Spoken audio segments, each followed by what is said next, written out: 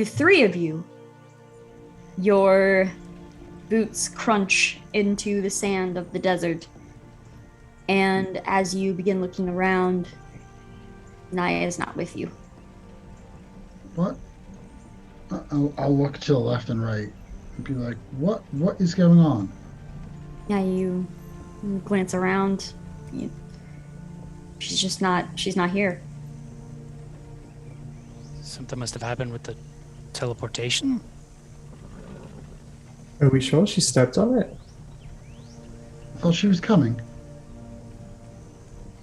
Seemed like she was gonna join us. And I like do the like this kind of thing because I assume the sun is like the UVs are like crazy. Yeah, Can it we is take a look around to bright. try and get our bearings?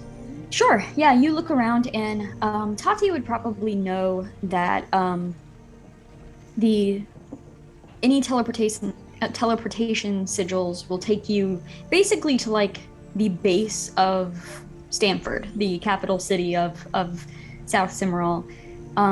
So you do stand pretty close to a large city gate of sorts, with these large walls all the way around it. And as you're looking around too, like it's clear skies, the sun is beating down, and the heat, it's hot, but it's not like an unbearable heat or anything like that. It's probably hot for the clothes that you're wearing, but yeah, looking around, you see these huge walls built seemingly all the way around this city, and you see basically at like the corners of these walls, huge perches for various flying creatures that you can see. There are three huge flying, they look like wyverns, circling the city, and occasionally they'll land down on their perch and you see them either resting there or flying off maybe to go hunt. They don't seem dangerous. They almost seem to be watching over the city. And you see a couple of guards standing over at the gate. They notice you arrive, but they don't approach or say anything unless you do. Okay. I look over at Tahti. What is going on? Well, honestly, I'm not too sure. I'm counting one person light. I'm a bit confused. And I'm guessing the sigil has like faded now and there's no like magical energies there. Correct. Okay. I do not know the spell to activate this, and I do not know how to go back and check. And I look over at her, is it always this hot?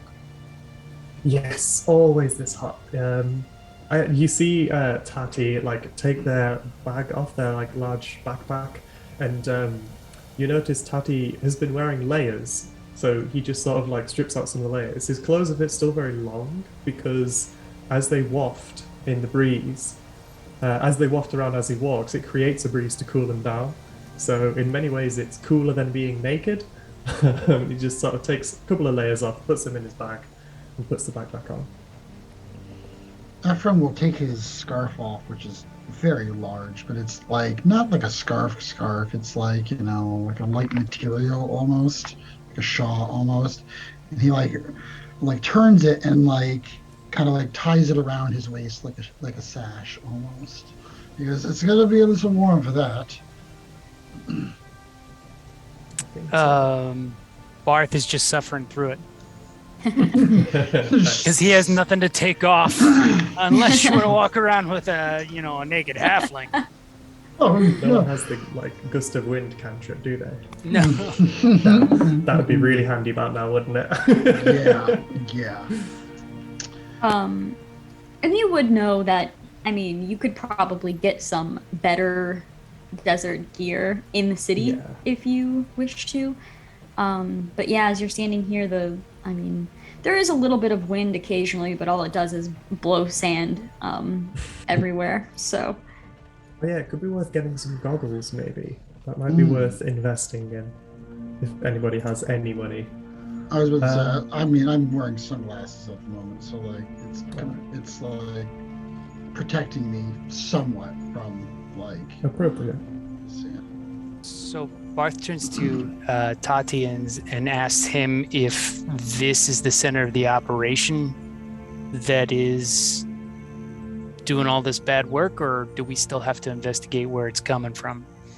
Yeah, I can show you where the machines are, but I'm pretty certain, at least, that it's not anything to do with these guys. How about we move through the city, we pick up some stuff that you guys might need, that I might need for the desert, and then we head off to my little camp. I've got some tents set up around a little oasis where we grow cactuses. We'll just maybe make that our base. Always like to have a home base for sure. Absolutely. That sounds fantastic. All right. All right, so you're heading into the city. Mm-hmm. Yeah. Okay, you head over to the gates, and the guards are standing there. They kind of look at you and they give you a little nod. They seem to recognize Tahti. You know, you've probably been here a few times. They just kind of nod towards all of you. They don't seem to be like guarding in the sense of like filtering who enters in. More of a, they acknowledge you and you can head freely into the city. Walking in, as soon as you cross these gates, you see that these walls are around basically a large hole in the earth. There are different nets, like very, very, almost like sifters in a sense. Nets all the way across this hole that seem to be collecting any sand that is attempting to blow into the city. You see kind of like Fallout 4 in a way, like Diamond City, how the stairs kind of lead down, and there's like this big wide stairway that's leading down to almost like a hive that kind of like circles and intertwines itself down into the earth. This city was built beneath the desert and mostly to keep cooler. But it's pretty common knowledge that Stamford was originally like a diamond mining sort of operation. So this was what began as like a, oh yeah, we're selling diamonds here, turned into this full city that was able to be kind of established and maintained here because of that. So even just like stepping down a couple of steps here, it does get a little bit cooler just from the shielding from, you know, the sun as these nets of sand are kind of draped over you. You see there are a few guard booths here, and you see a few people just like relaxing on benches. It's almost like this entryway is kind of like a public meeting place of sorts. Like, oh, I'm on my lunch break. You want to meet up to hop, or you know, however that works out. People just kind of seem to be meeting up here to get some fresh air, but to still be like away from the scorching sun. The walkways in here, as you're looking around, it's not like a spiral staircase or anything like that. You can see built walkways structured like to various different places, and you see some of them are staircases that lead down. Basically, all of these storefronts and actual like housing or any structures or anything like that are all on the outside of this dome. Like they're built kind of into the walls of this dome itself, and in the whole center of it are walkways and staircases, and they're all like they kind of intertwine with each other sometimes. None of them have railings, though, you're noticing. They are all just walkways. That's frightening. What would you... Barth turns and looks. Maybe you walk on the inside. I better walk on the inside because I have a feeling I'm going to be falling off of one of these things. It would only be apropos. Just my luck. A wind gust comes from the top. Why does this always happen to me?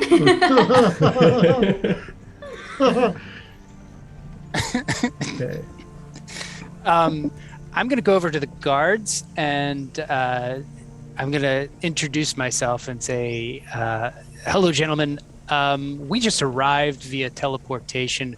We're in need of some desert outfitting. Is there a good place to go for that?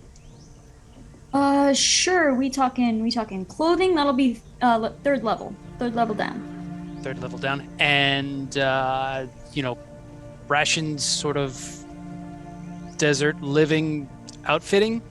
Yeah, any basic gear that'll still be on your third level. If you're looking for any sort of potions or anything like that, that'll be on level 5. Perfect. Thank you, gentlemen. Have a wonderful day. Have a good stay. Okay. And is this like the Mall of America where there's like a sign that's like, you are here. Yep. Level 3. Yep. FAO Schwartz. I'd love to see some like shifting sand escalators between the levels. So it looks like we're going to level 3, gentlemen. Excellent. Yes. I think that the dark attire is not going to work very well in the heat of the desert. No. We need something a little lighter. All right. So Absolutely.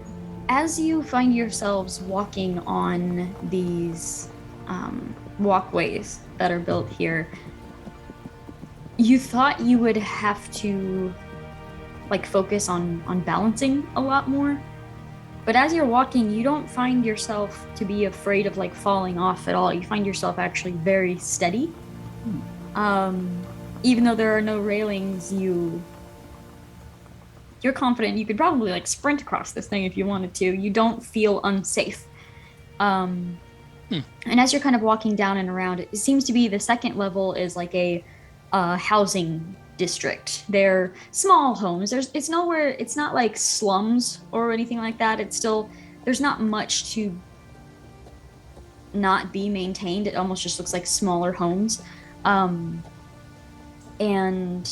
once you kind of duck down below those, you do see that you are entering like a shopping district. You see storefronts for various clothing items. You see some of them advertising like basic gear like rope and flasks and anything that you may need traversing through the desert. Okay. So picking up some rations probably isn't a bad idea at all, and some clothes. I like it. Cool. Do I have? Let me see if I even have any, like... Oh, I do. Okay, good. Yeah, and as you're kind of looking for any money that you may have, you see a good small little pouch tied on to whatever pouch may already exist, and it does have like the Naviat crest on the pouch, with a few gold left in there for you from, you're assuming, Parker. That kid. Oh, nice. Sneaky. So nice. Super He reverse pickpocketed us. Pocket planted us. Been pocket planted. Reverse sleight of hand. He multi-classes in rogue, but like only for good. Yeah. He slips in like notes of words of affirmation, like, you're doing great today. Yeah. Oh, that'd be sweet. I like that idea. He's like a My weird mom used sort of to do. Robin Hood, steal from the parents and give to the adventurers. Yeah. Like, It's a that bad one. blouse looks wonderful. Like, Just sneaking around like, you get a note, you get a note. You can know. You just go like a little like, you are wonderful, and I want you to know this. And just like puts it in, like the notes that people get in like their lunches. Like, Yep. Like, Yep. have a great day, and know that I love you. All right, It's so hard to imagine him sneaking around with that giant dog sneaking around Right. behind him. no, that's the thing is like Sepha's distracting, so you can just be like, Got it. Yeah, I like it. Yeah. Teamwork. there we go, there we go. Everyone's Or like, it's oh my people- god, it's a wolf, and everybody's like, no, it's fine, actually, Yeah. it's okay. It's okay. It's a puppy. It's just a really big dog. Yeah. He's got big bones. It's Okay, so what's the plan? We won't really worry too much about like cost necessarily. I will definitely. I'm wearing like all black, like woolen, like well not wool but whatever, like thick cotton, like whatever clothing.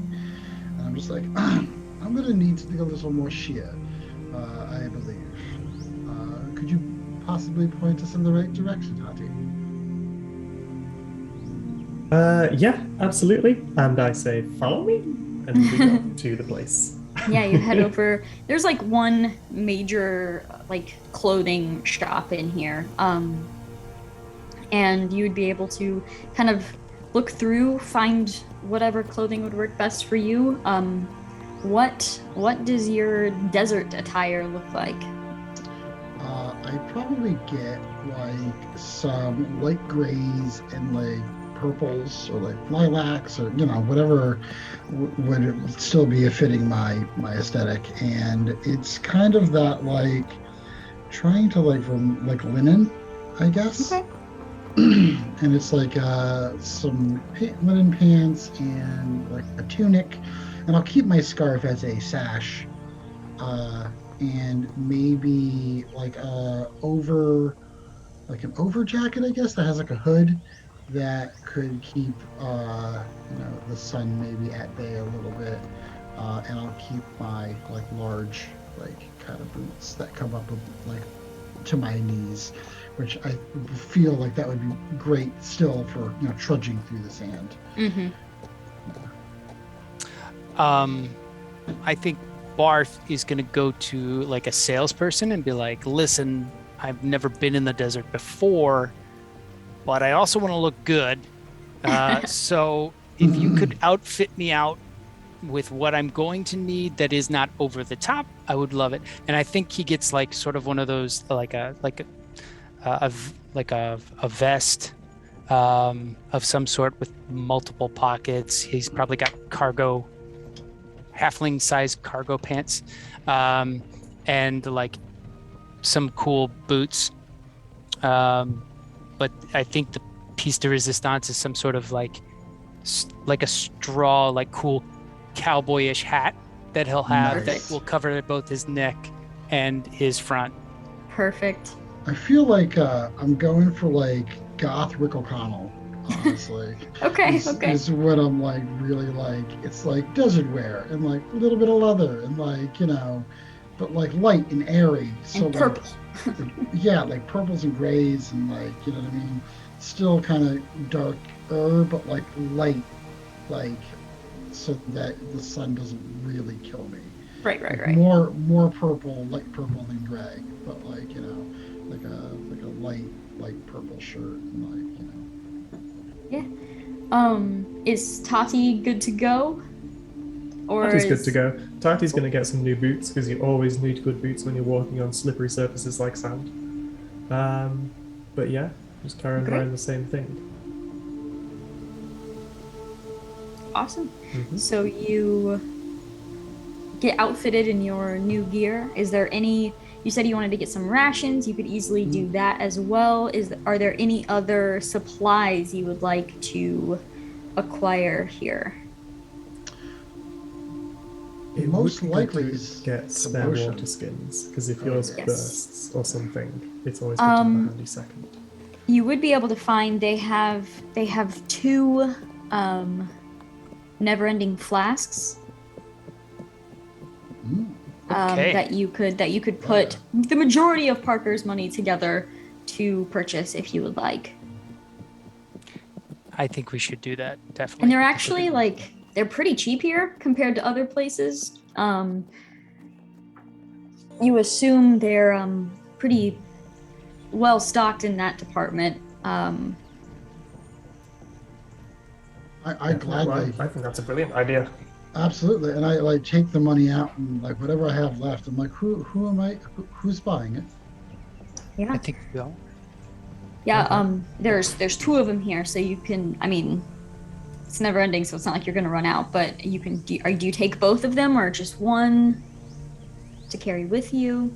I'm gonna say probably both would probably be a good idea, just in Okay. case we lose one. Like it's Yeah, the we desert, lose one, or one gets shot, or one goes down a sinkhole, or or something. It's always good to have a Yeah, it's- backup.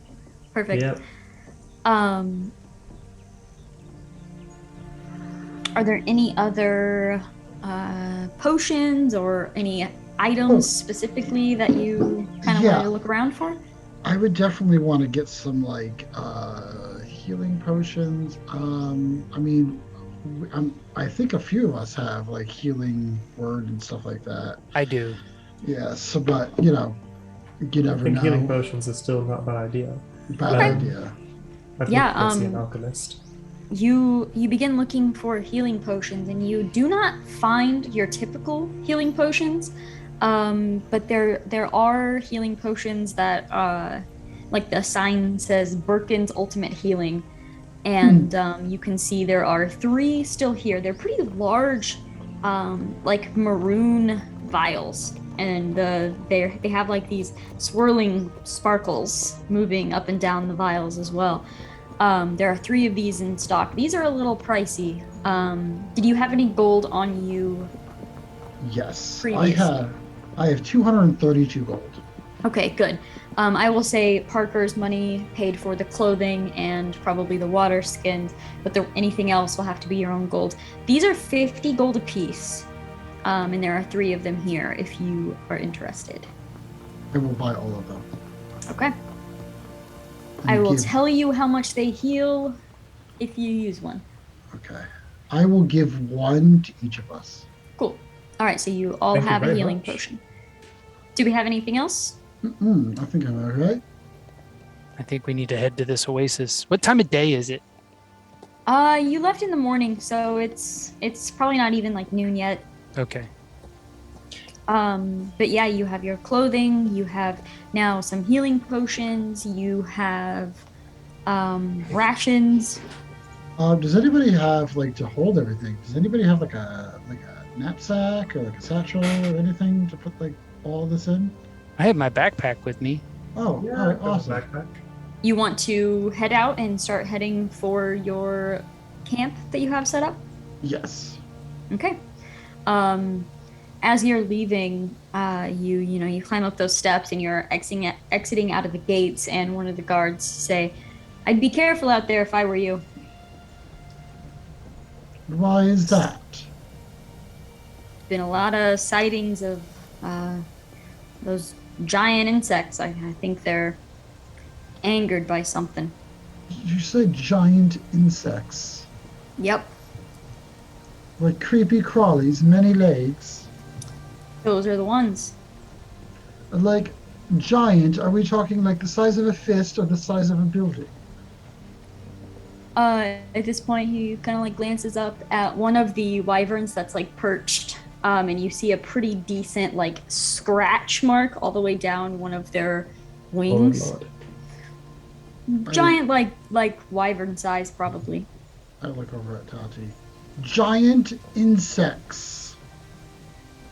The whole place is a mess. That's all I'm going to say. Barth The just says whole it's place is just a real mess. Barth just says, well, at least they don't have stingers. I'm allergic. Protect Bath at all costs. Understood. Did we pick up the equivalent to like high fantasy EpiPen? EpiPen? Is that in our rations? Can you also Have we throw invented in antihistamines yet? Someone. Said it's canon. What would that even look like? A fantasy EpiPen would be like. It's a dagger. It's got like a. It's a dagger, but the hilt has got like a potion that, like, if you pop the Yeah. top, it drips into it. Oh, nice. I like that. That's awesome, actually. But But it's just like one of those. This is it looks gonna like hurt. You stab it, and you're like, ah! It's basically just like a big needle. Though Yeah, it's like a it's like dagger a- with a big needle. Yeah. Just stab it in and twist. got I'll be a- okay in about 5 minutes. It's gonna be fine. I Or have it's to like hurt just a you to heal giant you. wooden barrel like this big, and you shake it up to pressurize it, and it's got a tiny needle on the end, and you just shove it into somebody. This Yes. huge barrel of like, it's like, come closer. Oh God, no! Amazing. Well, thank you for the warning. And I like look over at like wide-eyed like insects. Will Tati know what these things are? I mean, from your experience, most of the time, like there are giant insects and like scorpions and stuff like that, but they're typically beneath the sand, like they burrow. You don't really see them topside, at least near the city, much at all.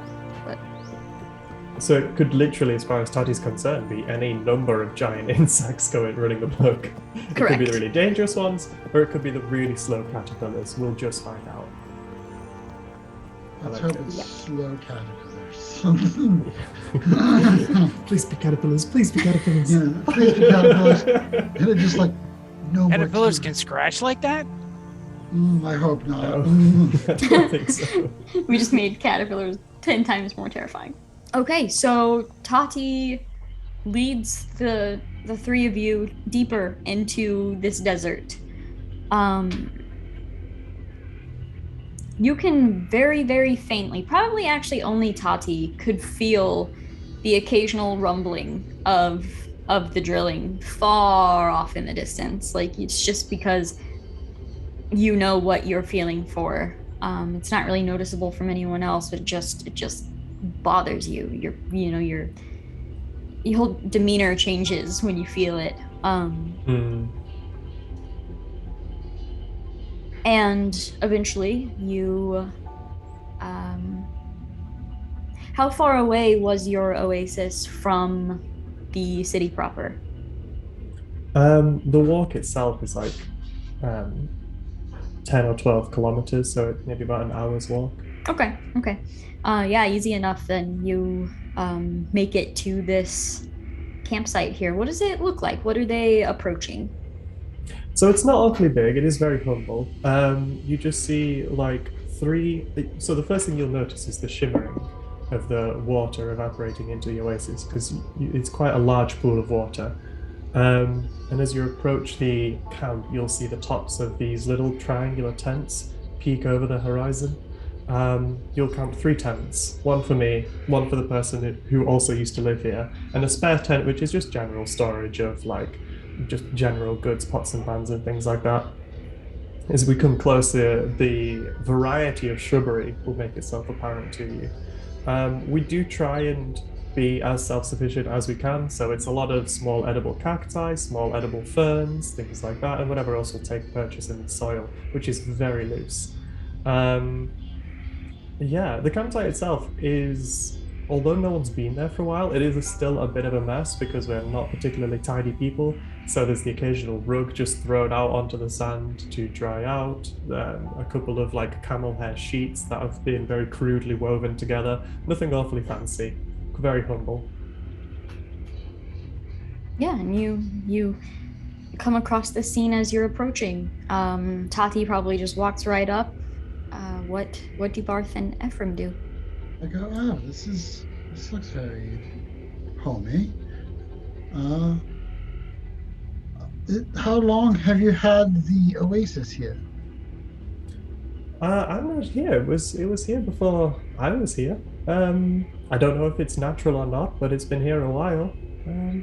Yeah. Shall I get some tea on? Do you guys want a cup of tea? Absolutely. Absolutely. Excellent. I dig into the spare storage tent and I pull out a very crude black iron pot, put it over the central fireplace beside the oasis, and just start lighting it. Is it like a big, like, is there places to explore in the oasis, or is it just like just a sort of like a living area? It's mostly a living area. But so like the campsite tented area is mostly just living area, but the oasis itself can be explored. There's stuff in the water, mostly plants and things. Not massive. I think Barth is just really in awe that like something this sort of homey and beautiful can live in the sparse desert that we just trekked through. So he's just sort of like in awe and looking around at just everything. He might even, take a look at the cactus and stuff. See how sharp that was. How sharp. I know it's sharp, but how sharp is it? And he's just really, really in awe about like the beauty in this little area here. Ephraim feels like he still kind of feels like a fish out of water almost. Like this is such a strange thing for him coming. Like he's already been through so much that like his head is kind of spinning a bit. Like jail, on an airship, in a jungle, in a major metropolitan town, and then like immediately into a desert. Like his head is spinning a bit. Like he's like trying to catch his bearings, and like every time he thinks he's just about to acclimate to like something, like it's immediately changed, and he's just like, what is going on? So he's gonna sit, like, is there like a place to sit like by? Yeah, I'd pull out some pretty crude woven stools for you guys to like sit down. He sits, and like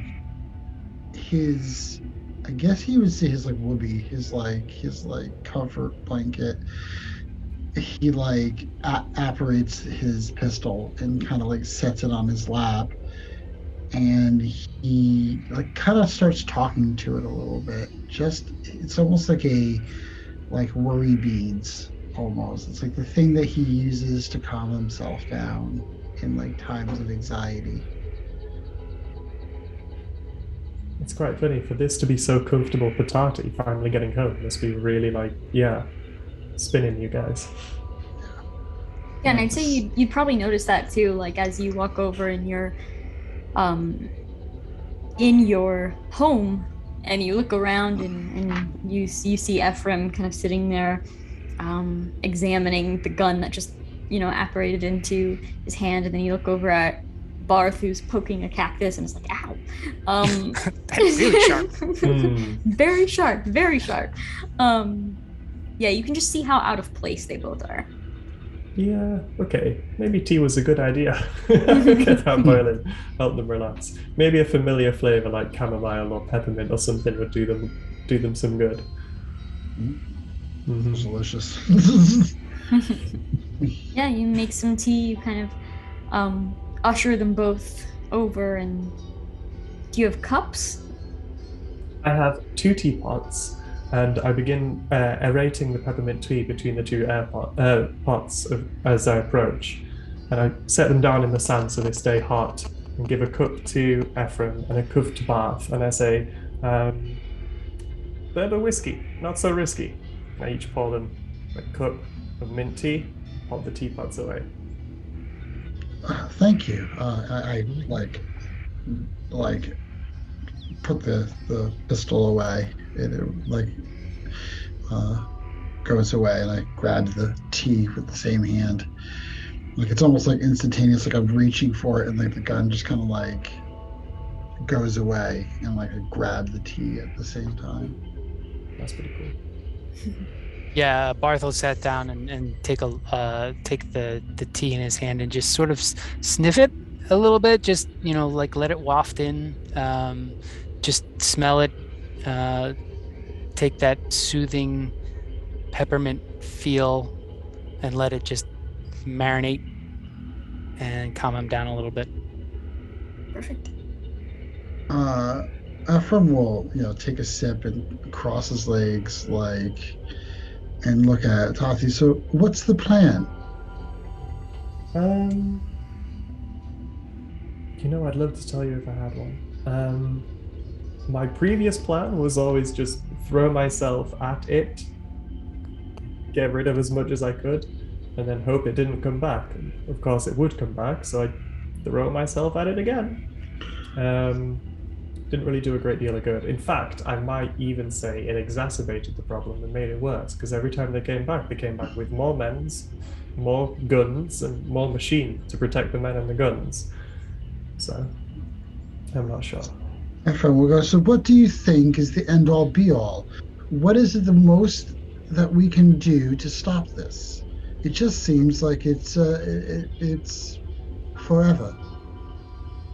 A little bit. I mean, I hope they would run out of resources eventually, but they're, excuse the wording, very industrious. I'm thinking maybe we can find out more information about the company, maybe that is doing this, the business.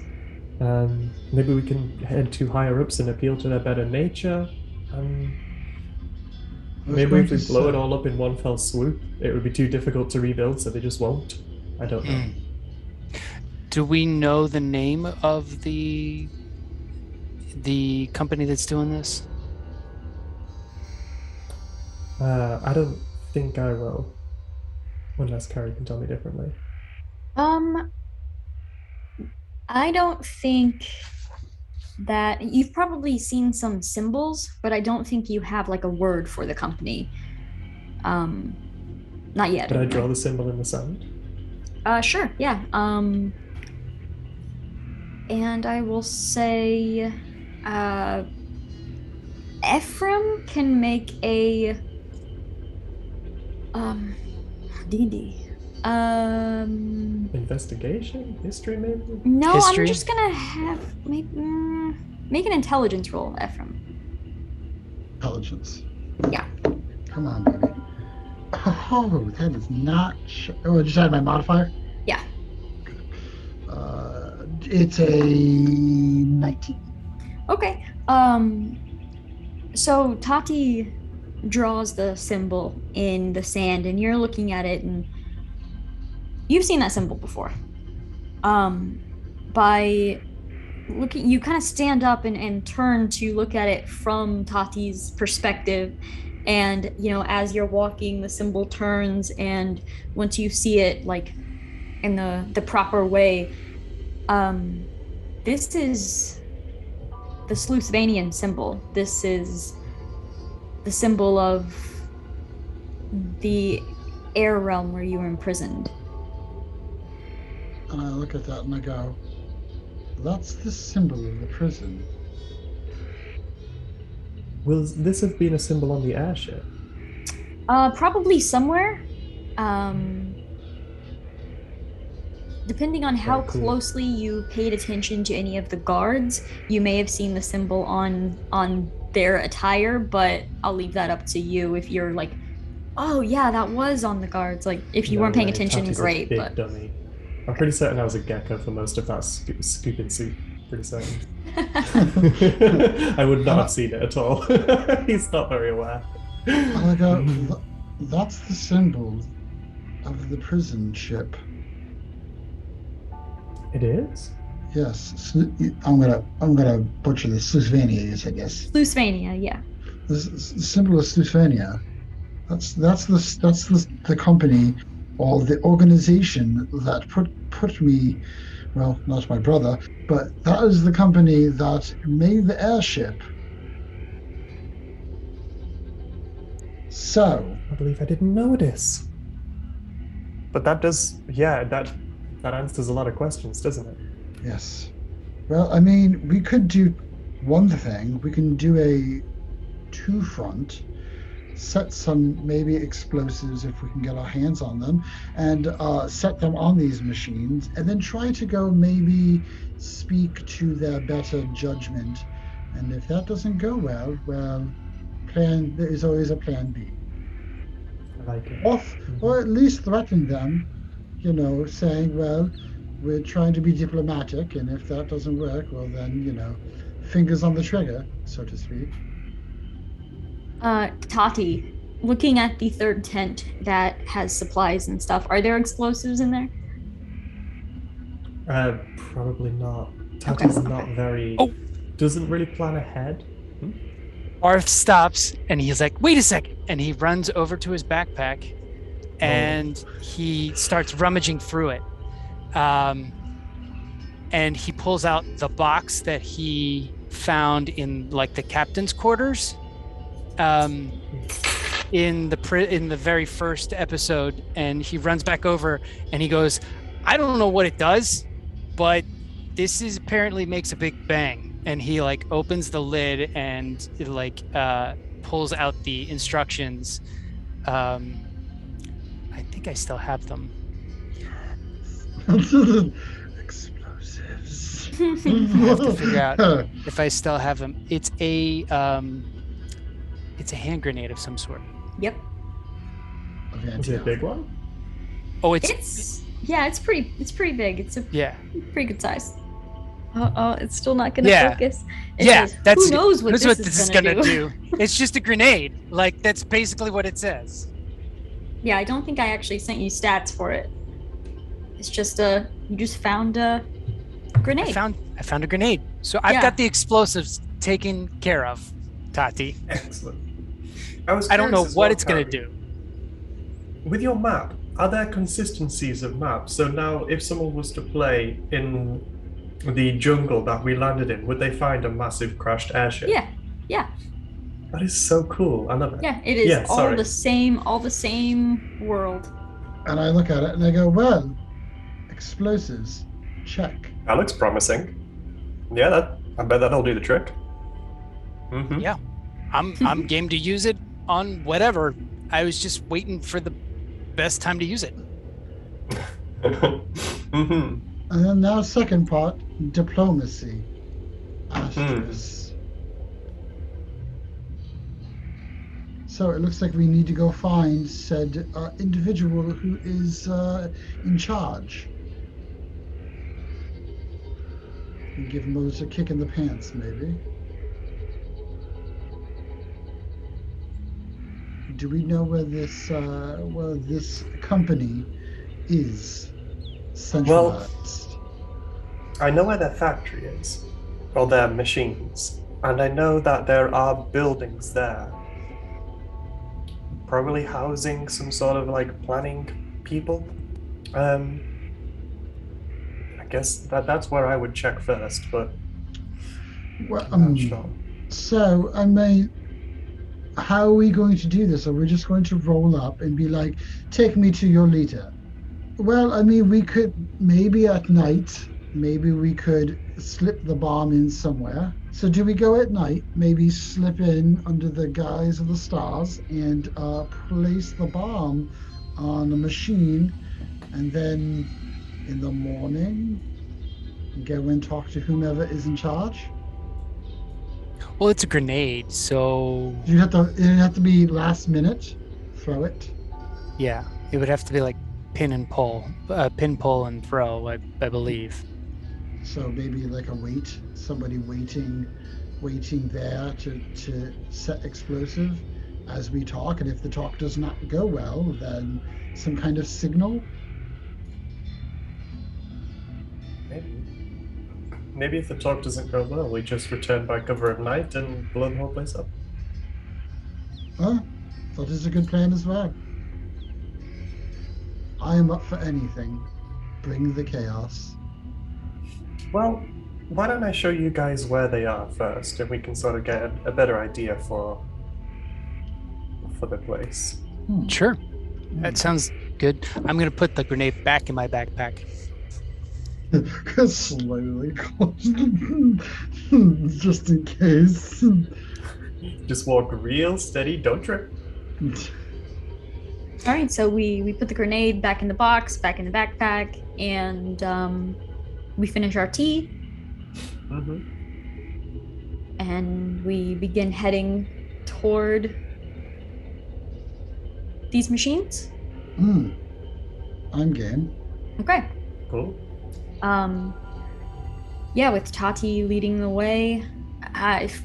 From Barth and Ephraim's perspective, like, you're just walking out in the desert. You have no way of, like, how does Tahti know where the heck he's going? You don't. You're like, it's just desert all the way. It all looks the same. But you're following, and it's probably only like half an hour into your trek where you all can feel the ground rumble just a little bit. You just feel this shake, and you just, sand is just kind of sliding in various directions. It only lasts a moment, but you could definitely feel it. Say, Tahti, What's Was going that- on, friend? was that normal? Does that feel like machine rumbling or not Yeah. machine rumbling? Yeah, it Okay. felt like machine. Yeah, that'll be the factories. That'll be the giant iron rods that plunge into the veins of the earth to extract its blood. Normal things. Not too normal, but that making the ground shaky kind of makes me shaky. Mm-hmm. You and everything else. So this is what you've been talking about. I'm not a fan, particularly. I can understand. One would say that you're a bit on shaky ground. Mm-hmm. Mm-hmm. Yeah, we just sort of keep going, and Tahti is just sort of spitting this kind of like vile sarcasm whenever he talks about these machines.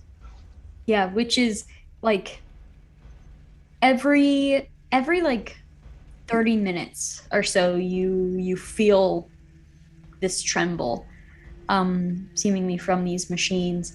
And then as you're getting closer, Tahti, you're pretty sure that you just have to kind of crest over one more of these sand dunes and you'll be able to see it.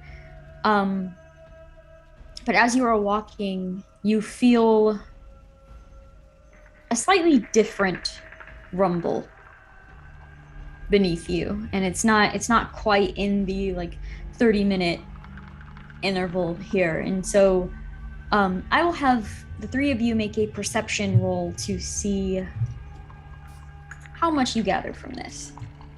The new dice is doing real well Is that a today. 1? It's a 2, Oh. so I don't even get to use my lucky. For a total of 4. 25. 28! Okay, yeah. So Barth, it's just the machines. You weren't really keeping track of it's 30 minutes on the dot. These machines are going off. You have no reason to believe this is anything else. Okay. Also, Barth, because we got to keep this going, I'm gonna have you make a dexterity saving throw for me. Oh man. This is the moment Bath gets shot into the sun. 14. Okay. Bye-bye. The other two, Tahti and Ephraim, you both stop in your tracks, and when you both stop, you look at each other, and there's this look of that wasn't the machines. And then as you look over and you see Barth still walking, still just walking along, you see something burst from the sand underneath him. Basically, like it looks like the head of a lizard actually is bursting from the sand. Barth goes flying up in the air, probably shouting something. What is there a word or just a shout? No, just like I knew it. Bath goes blasting off again! Goes flying into the air as you watch this huge lizard just pull up out of its burrowed place in the sand. Burrows up, lands.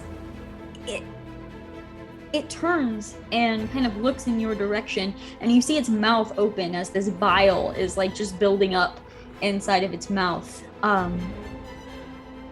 As Barth lands in the sand, that was a success on that dex save, so you won't take any damage. You're landing in like a kind of a part where this loose sand just got tossed over, and you just kind of land in that. It's kind of hard to get up, but you won't take any actual damage from it. It hurt, Okay. but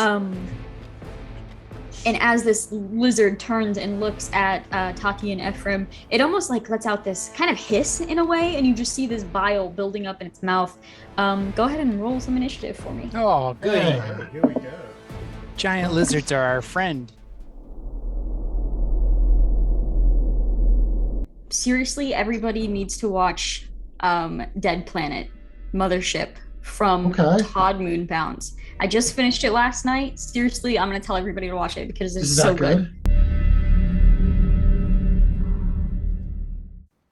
that being said, Ephraim, you are up first. What would you like to do? And I As you see Barth land. I look over at Tahti. Bloody hell. Really? And I go, fine. And I go, darling, it's time. And I like put my hand out and the gun operates. And I will, you know what? Let's just go for a good old first action. Good old, let's do Eldritch Blast. So I have to use total beams. So first one is a 15 plus 7 to attack.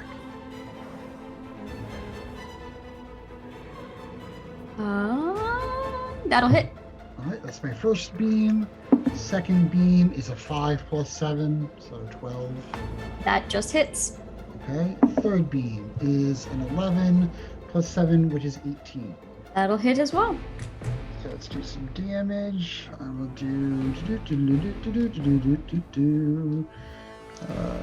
the d10s. So 18. I do one more. 28 damage. No, excuse me. 28 plus another 6 is 34 damage. All right. And I will go again because I get 2 actions a turn. I will do first one. No, is it no? Is it 2? No. No, I'm balancing the universe because that's a 2 and then a 3. And another 3. Second attack is just nothing. It just like peters out. It ran out of power. Just like replace the batteries. It's just like little. I'm just like. You go past it. Yeah, but you watch as this those 3 like blasts of eldritch energy are slamming into this giant lizard as it is like rearing back to what you assume like spit this bile towards you. Kind of slams into it. You watch it kind of like scoot back in the sand a little bit from the force, but you see where its like toes are in a sense. You see they're just massive claws, and you see them like sink into the sand itself and kind of like steady itself there. Barth, you are up. I'm gonna cast Hold Monster. Great. It needs to make a Wisdom saving throw of 15. That is a 16. Oh my gosh! I have a +0 too, so I just rolled a 16. Oh man! I'm so sorry. Damn. Well, there goes that. You sit up and you're like, and you just kind of fall back down for a second. Like no. Anything else for your turn? How close is it to me? It's pretty close to you, but its attention seems to be on Tahti and Ephraim at this point. Okay, I'm not going to draw any attention towards me. I'm going to hang right there and try to be out of its peripheral vision and such. Okay. Perfect. It is now the lizard's turn. So, you, Ephraim and Tahti both, as this lizard kind of like arcs back and then just spits this poison in your direction, I'm gonna have you both make a dexterity saving throw for me. No, Dex.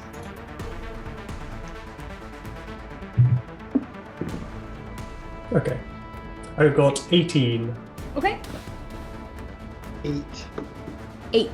All right. Ephraim is gonna take 10 points of poison damage, while Tahti is going to take 5. As Tahti is kind of able to dive out of the way a little bit, it's almost like acid. It just like splats into the sand in front of you and kind of like spatters on some of your skin and your clothes, and it's burning. But you don't feel it burning like acid. It almost feels to just be like sinking into your skin, and you just feel this sick poison entering your bloodstream. Nasty. and and you see it actually like take a couple steps towards you to get closer to you, and as it's opening its mouth, you see there are like almost like shark-like teeth across its top and bottom jaw here as it's coming closer to you. All right, it is Tati's turn. Okay. I'd like to blast it with a guiding bolt, please. Okay. Excellent. That is 14 plus 9 is 23 to hit. Yeah, that'll do it. Nice. 17 damage, and the next Nice. attack has advantage. Great. All right. So what does that look like? So Tahti sees the creature approaching, and like he backs up a little bit, not enough to move, but just like on his back foot, raises his hand up in front of him, and the bolt sort of spirals into his palm. You see this radiant energy, sort of like sunlight, and comes spitting out like a bolt, and hits the guy square on the head. Fantastic. Yeah, and this bolt kind of slams into it. You see it kind of scoot back a little bit further and look directly at Tahti now at this point. All right, back up to the top. Ephraim. This is a monstrously large creature. Like, does it take up 20 feet of space? Yes. Or more? Excellent. I will look at that. Look at the monster. It goes, that hurt, and I will cast Fireball at it. Okay. Okay. And I have to. I think that is a. Do I have to? Yeah, attack. Right. I still have to roll for Fireball. No, it's a dexterity saving throw. Yeah, Fireball. I Okay. should make a Yeah. save. So yeah. So 15 is the what you have to beat. What's the radius of the explosion? It's 150, 20 feet. It's 20 radius, 20-foot radius. 20 So, radius. so it's 40 foot across. Yeah, 40 diameter. Damn it. Hmm. Okay. So you're casting this like in the middle of it, basically? Yes. Yeah. Okay. I will okay. cast it in the middle of it. All right, go ahead. Mo- Go ahead and roll the damage. Okay. It's 8d6. So 4, 8, 10, 13, 19, 20, 24 fire damage. 24. Okay. Math. Okay. So you watch as you kind of toss this fireball right into the center of this creature. You watch the fire begin to basically like explode out in a sense, and then you watch as this creature's scales seem to like absorb some of this fire and pull it in, and you watch the like red energy like pulse through it basically.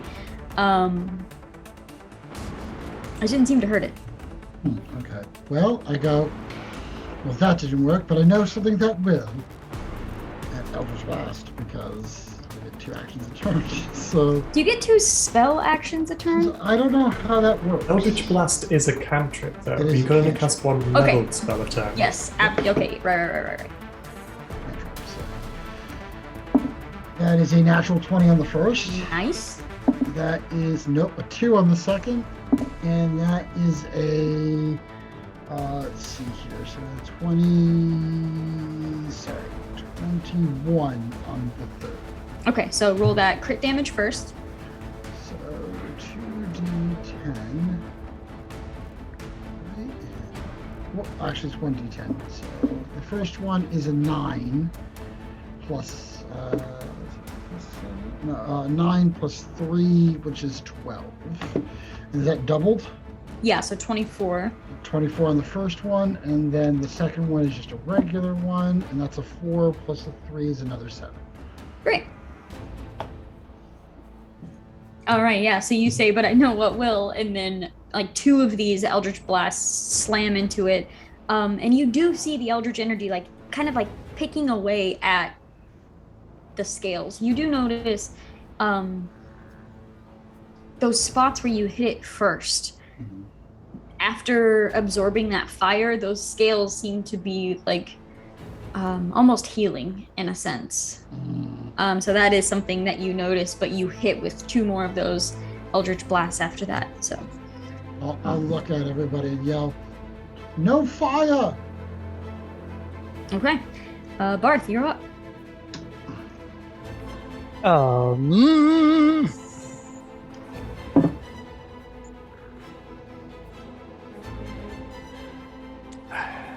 Let me just see here. I'm gonna cast sleep on it. Okay. I make a save for that, correct? Yeah. Actually, it's a. Let me just see what it says. It says 1 action. This spell sends creatures into a magical slumber. Roll 5d8, and the total is how many points of creature this spell can affect. So 5d8 worth. Hell yeah. And then take starting its with the current hit points. Yeah, current hit points.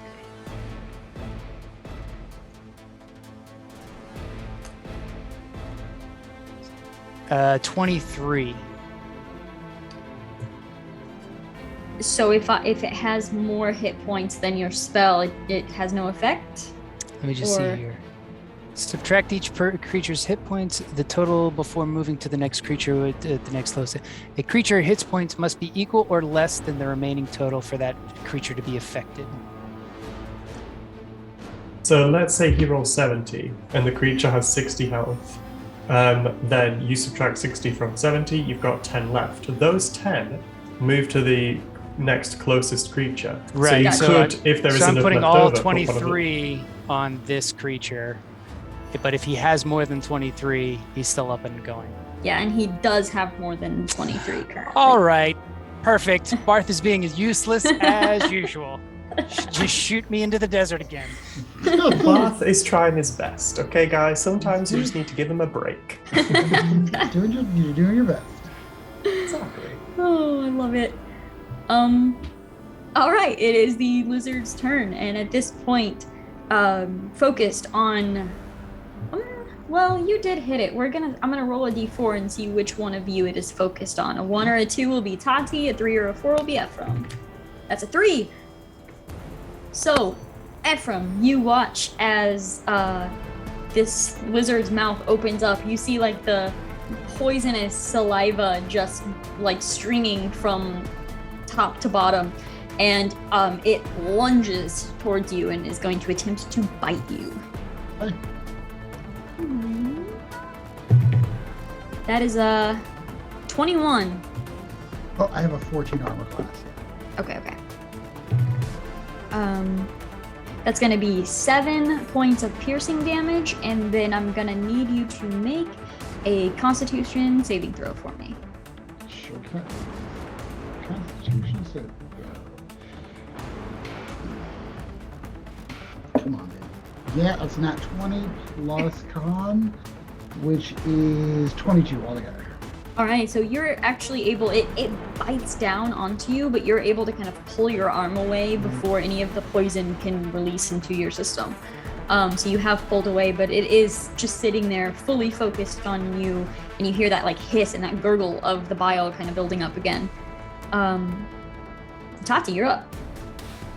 Okay, I might throw just another guiding bolt at this guy. That's a nat 1. I will not be throwing a guiding bolt. Oof.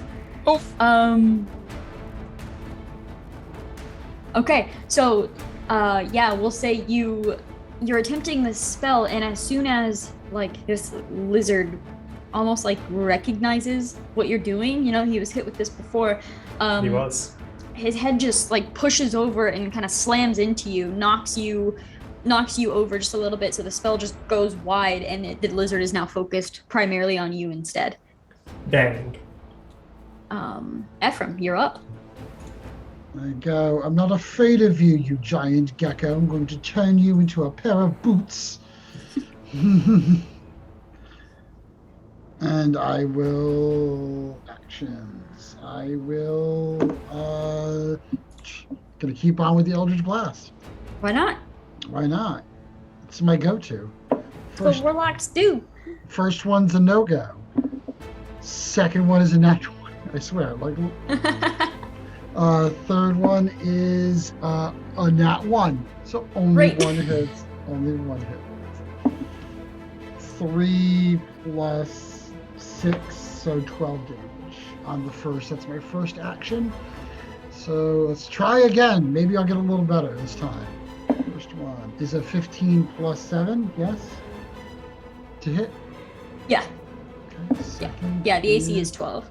So, yeah, so that's 18 and a 17. So all 3 hits. So okay, yeah, on my second action. So, come on now. Did you crit that damage for the natural 20? Yeah, it was only 12. It was only 12. I got it. Gotcha. Okay. So this one is 9, 10, and 10, and 3, 6, 9, 19 damage on my altogether for the second action.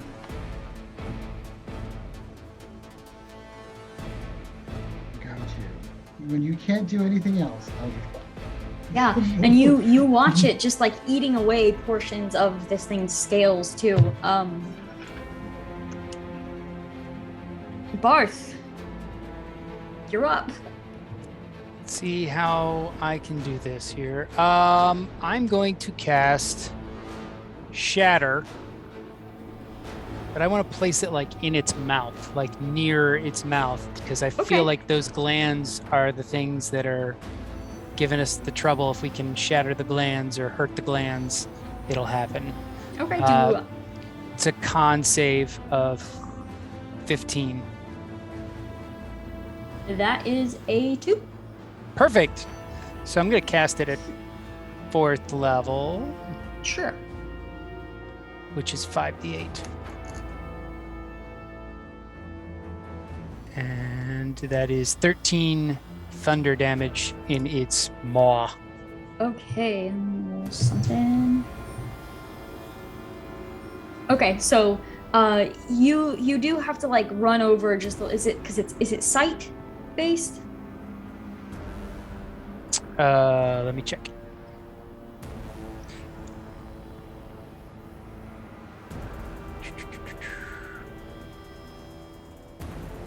On a point.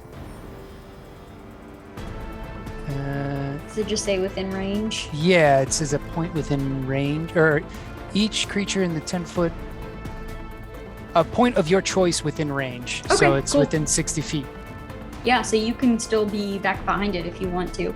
Just kind of like targeting the head in a sense. So the two of you in front of it, you would see as it's like, opening its mouth, you hear the gurgling of the bile starting up again. You just see this like, almost like mist just explode out from its jaw almost into its mouth as the bile like gurgles and begins dripping out of one side as one of these glands have just exploded inside of its jaw. So you can see like the glands on the other side still seem to be intact currently, but it's not producing as much bile as it was before. Okay, and it is now the lizard's turn. So hit by this, you see it kind of like shake its head a little bit, and then it looks down directly at Tahti and is just going to lunge again and attempt to bite Tahti. Oh no, not Tahti. 17. That is a hit, yes. That's going to be 8 points of piercing damage, and I need you to make a con save.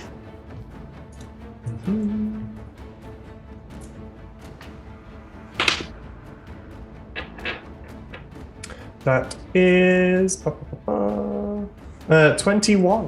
Okay, so you're only going to take 4 points of poison damage, and you are not considered poisoned. As the teeth like just crunch down into you, you kind of feel that same feeling as when the bile like spattered onto your skin. You just feel it like sinking into you, but you're able to pull it away. And you watch as the lizard kind of just backs up a little bit. You see its eyes like darting to each of you, and you can see the wounds on its scales, and it turns, and you see it beginning to dive to burrow into the sand. At least it's two trying of to get you. away. It is trying to get away. Yeah. Mhm. So it will burrow in this turn, unless either of you would like to make opportunity attacks. Which one of us? You're both close enough. I will have to do an opportunity attack. Okay. I will Eldritch Blast. All right.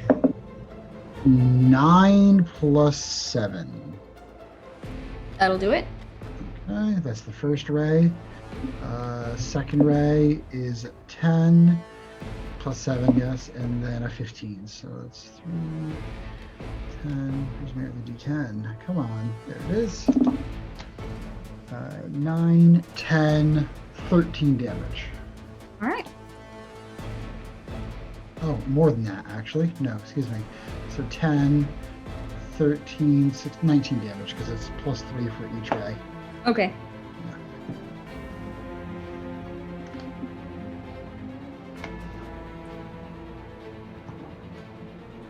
All right, so yeah, you watch as that is just like disintegrating parts of the tail as it's burrowing down. Was Tahti taking any attacks against that? No. Okay. All right, so you do watch as the lizard disappears beneath the sand. You kind of feel the rumbling of its movements, and for the moment, things fall silent.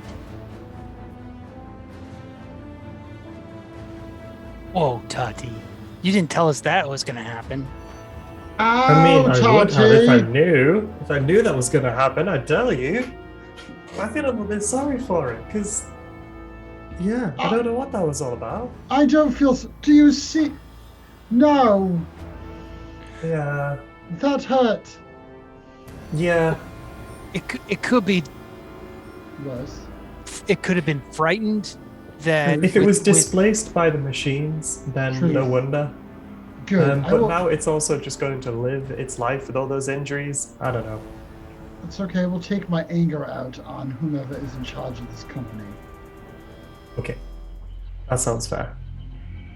I have 17 points of damage I must redirect at them. Do you need some heals? Yeah. I could, yes. I'm at 69 out of 86, so. Let me take a look at what Cure Wounds does. It is touch, and it's okay. That's not really strong enough. You need something stronger.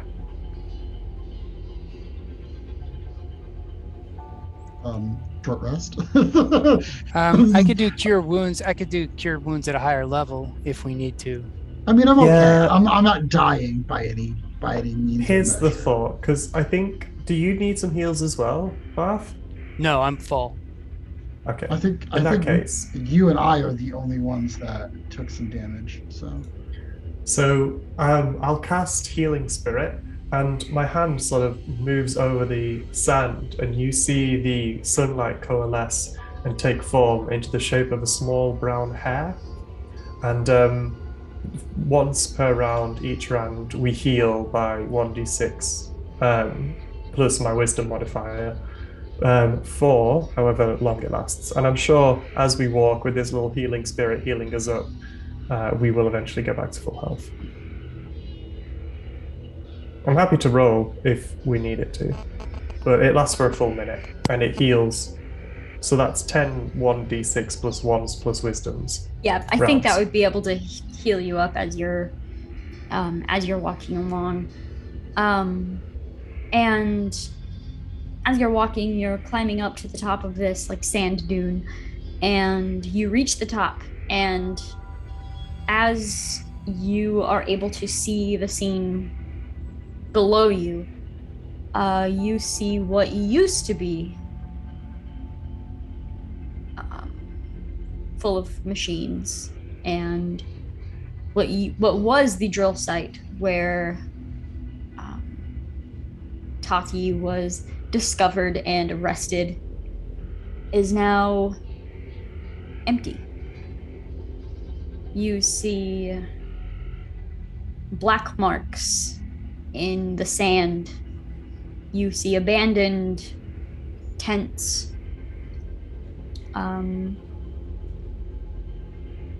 That's all you can really tell from up here. Is you can tell that it's empty. There are no actual machines here anymore. You do still see like the drill itself, like still just placed where it was at, but it doesn't seem to be operating. What would you like to do? Definitely would like to go down and take a look. Yeah, I'll go just- and help yeah. and take a bit of an investigation. Yeah, you kind of like walk/slide down this this dune here until you reach the bottom. And once you reach the bottom, you realize just how massive like this drill is. It is just towering over you. And looking around, you're beginning to see various like black marks in the sand. And I'm gonna have you can make whichever check you would prefer here. You can either make a perception check, an investigation check, or I will also allow Arcana as well. Okay. Whichever one you choose is going to get you different information. So, I'll do perception because I have a lot. okay.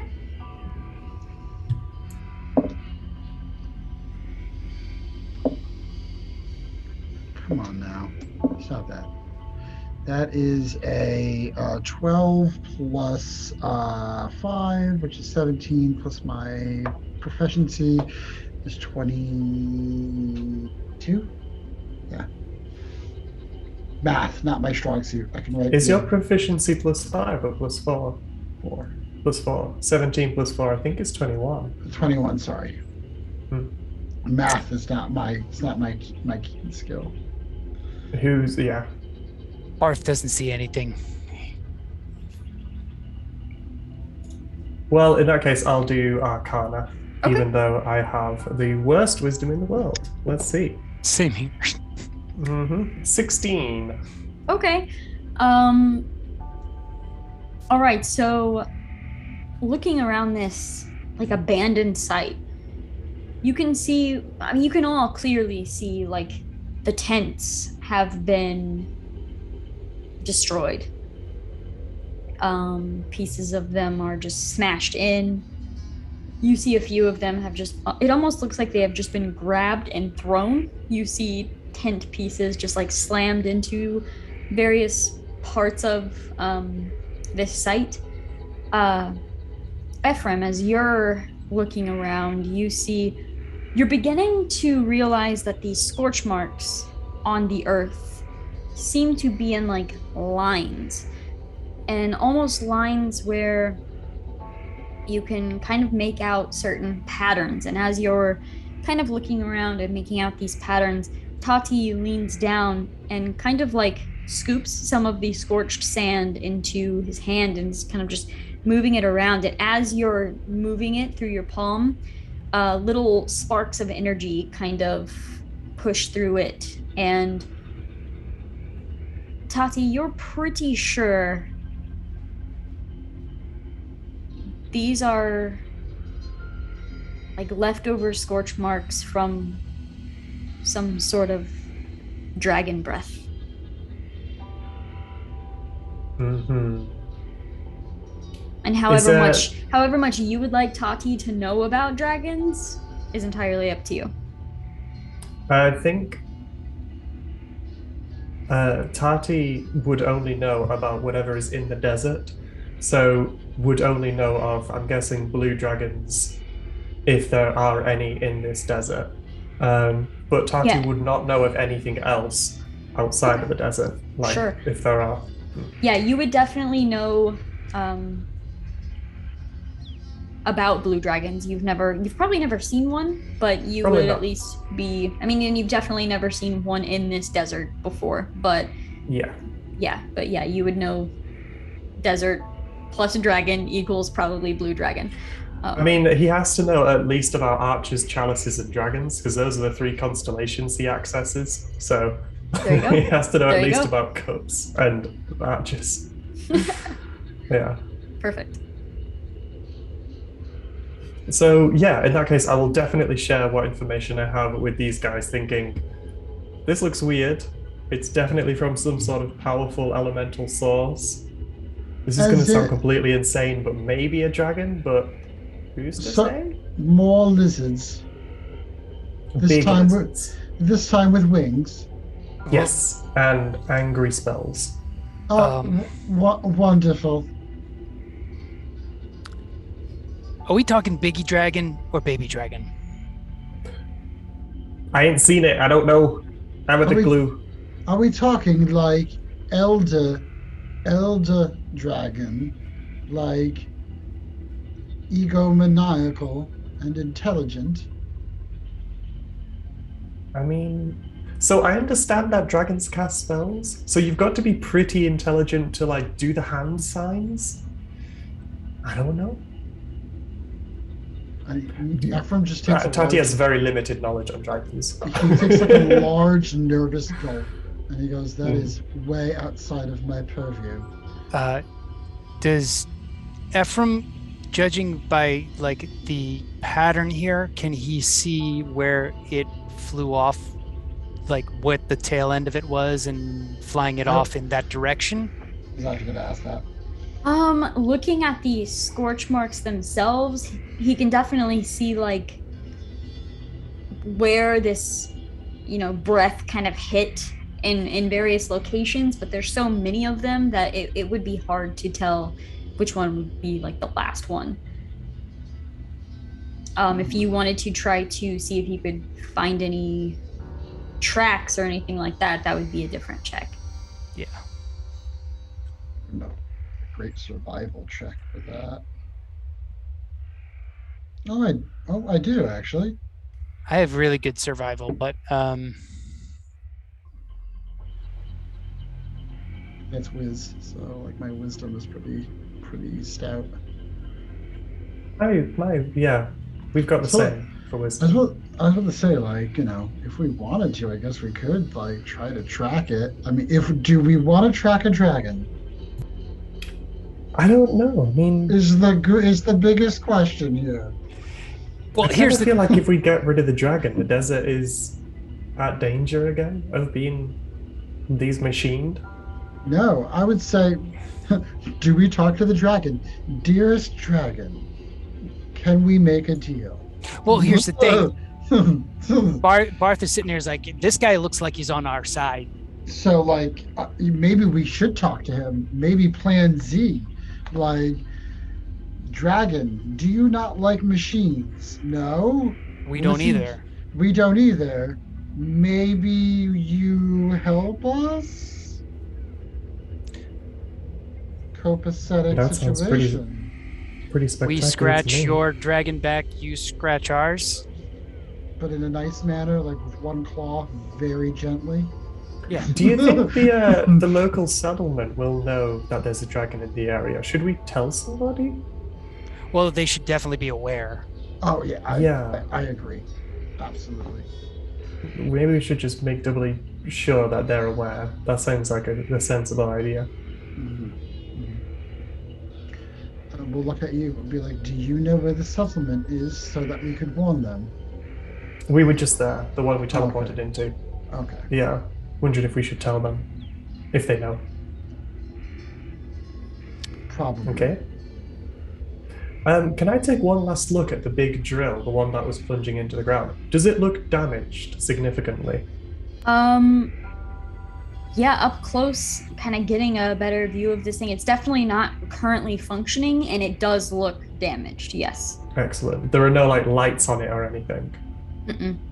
No. You know, and Well, you if it's see, looking, yeah, you see plenty of these like scorch marks kind of across various parts of it. And you see one like near the middle, kind of just bent in, like it perfect. was smashed with something. So they can't just turn it back on again if they want to. Doesn't seem so. I will leave it at that. No need for further spells. Okay. Oh, Let's head back to the camp and maybe go to the town and tell people what's going on. sounds like a good plan to me. Yeah. Cool. Okay. Okay. Yeah, cut to a couple hours later, probably. You can arrive back at Stamford. You head on in. Are you just looking to tell like a guard, or are you looking to tell the leader? I don't think Tahti will have ever met the leader. So I guess we can ask around and see how easy it is to get an audience with this person. Um, yeah. I'm gonna walk up to the same. Are the same guards working the same door? Yeah. Okay.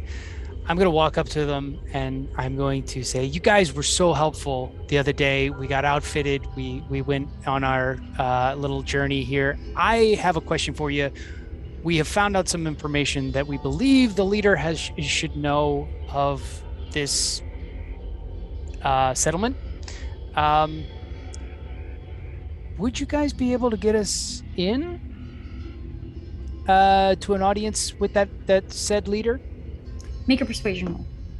Perfect. That's what I was hoping Yeah. for. Yeah. 15 plus 11 is 26. Okay. They kind of nod and they're like, sure.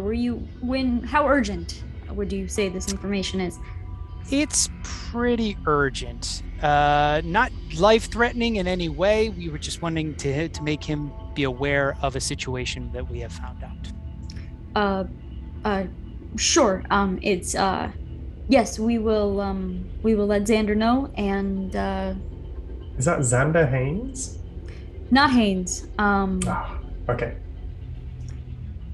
But we will let her know, and she will be out to get you shortly. Please just explore the city as you wish. I will go let her know.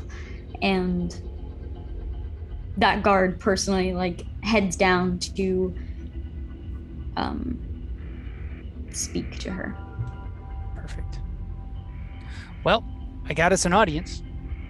Good job. Well done. That was amazing. Excellent. Fun. Brilliant. Well done. Didn't know. Should we go get some food, I guess? Yes. Yes. All right. Yeah, you Let's go explore the delicacies. kind of head down these intimidating walkways that are super easy to walk through. You're still not quite entirely sure how that's working, but you head down to one of the more like shopping style districts, and you're able to find a couple of different restaurants there. A lot of them have like sort of like oh gosh, what are those grills called where they like cook your food right in front of you? Hibachi. Yeah. Couldn't think of that word. Of just various different like probably considered exotic meats for a lot of you. Like there are giant insect like parts on the menu, and you see various legs that have been like cut up into various stews and stuff like that. Plenty of like cacti, different cactus-based food and drink. So yeah, you're able to kind of sit and have probably a weird meal for a lot of you. Is there any conversation had throughout your meal? I want to ask Tahti about the empty tent and who stayed with you. Where are they now? Well, yeah, that's a toughie. I suppose it makes sense you're asking. So obviously, someone had to teach me these things, and I had kind of like not so much of a dad, but like a father figure. I don't really know what the word for it would be in common. Like we have a kind of elder's word, elder in Druidic. Um, but obviously he went off to go and deal with these machines before I did. He knew way more than I did. So he went off and had a go. But he never came back. I waited a couple of days, never came back. I went to investigate. I saw what was going on. Don't really know what happened, to be honest. I would like to know. Part of me also doesn't want to know. I mean, we're going to be possibly talking to whomever's in charge. Maybe they'll have a little more information. It's possible. We may just go and talk to a dragon. Who knows? Who knows? Maybe the Who knows what's going to happen? Who knows? Maybe the dragon's in charge. I don't know. I don't know. Have you guys tried the scorpion? The scorpion's really tender. It's like there's something sort of juicy about it, almost like it's been steamed or something. I don't know. It's pretty good. I'd recommend it. It's that dark one over there. Really nice. Is your elder someone who I mean, you never found any trace of him when you went looking for him? Not that I could find. No, he travels pretty light. It's not like he would have dropped anything. I couldn't. I don't know. I don't know. It's very possible he was arrested like I was and just was on a different airship and is somewhere in a prison. I don't know. Mm-hmm. Mm-hmm. Okay. And I pick up one of the scorpions and I taste it.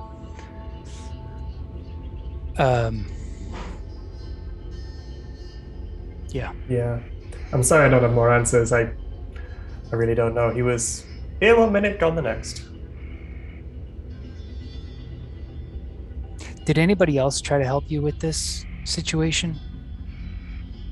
No. It was just you No, two. and in hindsight, I should have gone. I mean, I could have come here to Stanford and asked for help because this affects their desert as much as it affects mine. But we had such a hermetic lifestyle. It just, yeah, it didn't. To be honest, it didn't really occur to me. Maybe I could have come here and asked for help. I tend not to come here, really. You know, we were so much in the desert, learning about the environment, communing with the stars, and staying in touch. We really didn't come here at all. Like we came here for trade and whatever else, whatever we couldn't make ourselves. But that's really it. Mm-hmm. Yeah. Understandable.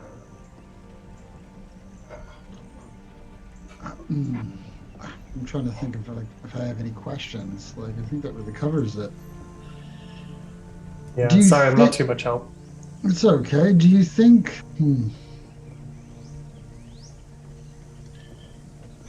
There's a connection between you getting arrested and I don't know.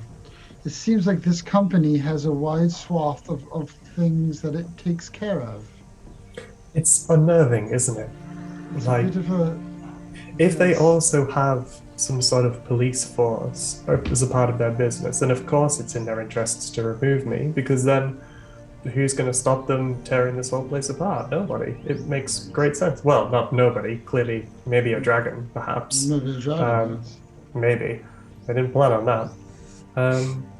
I don't know. I really don't know what the right thing is to do. If this dragon does get older and it becomes some sort of natural force and it destroys this town and this civilization, and I've come to realize the importance of it now. I think I didn't realize before the importance of people's contribution. At the end of the day, we're all just part of nature. So, I don't know. I really don't know what the best thing to do is. I guess we'll find out. We have to stop them doing what they're doing. So. But do we have to remove the dragon? No, absolutely not. We just need for the populace to know that there is one out there, and to be mindful. So they can defend themselves appropriately. Exactly. Okay.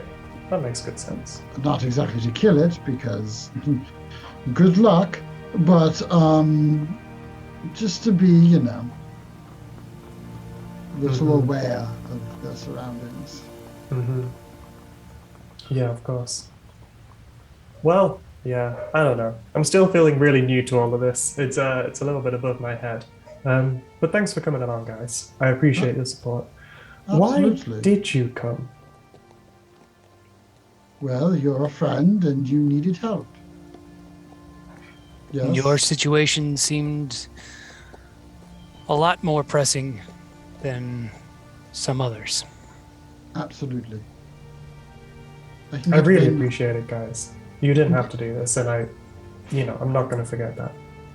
I could get vengeance at any time, but a company stealing resources and wrecking an ecosystem is incredibly more important.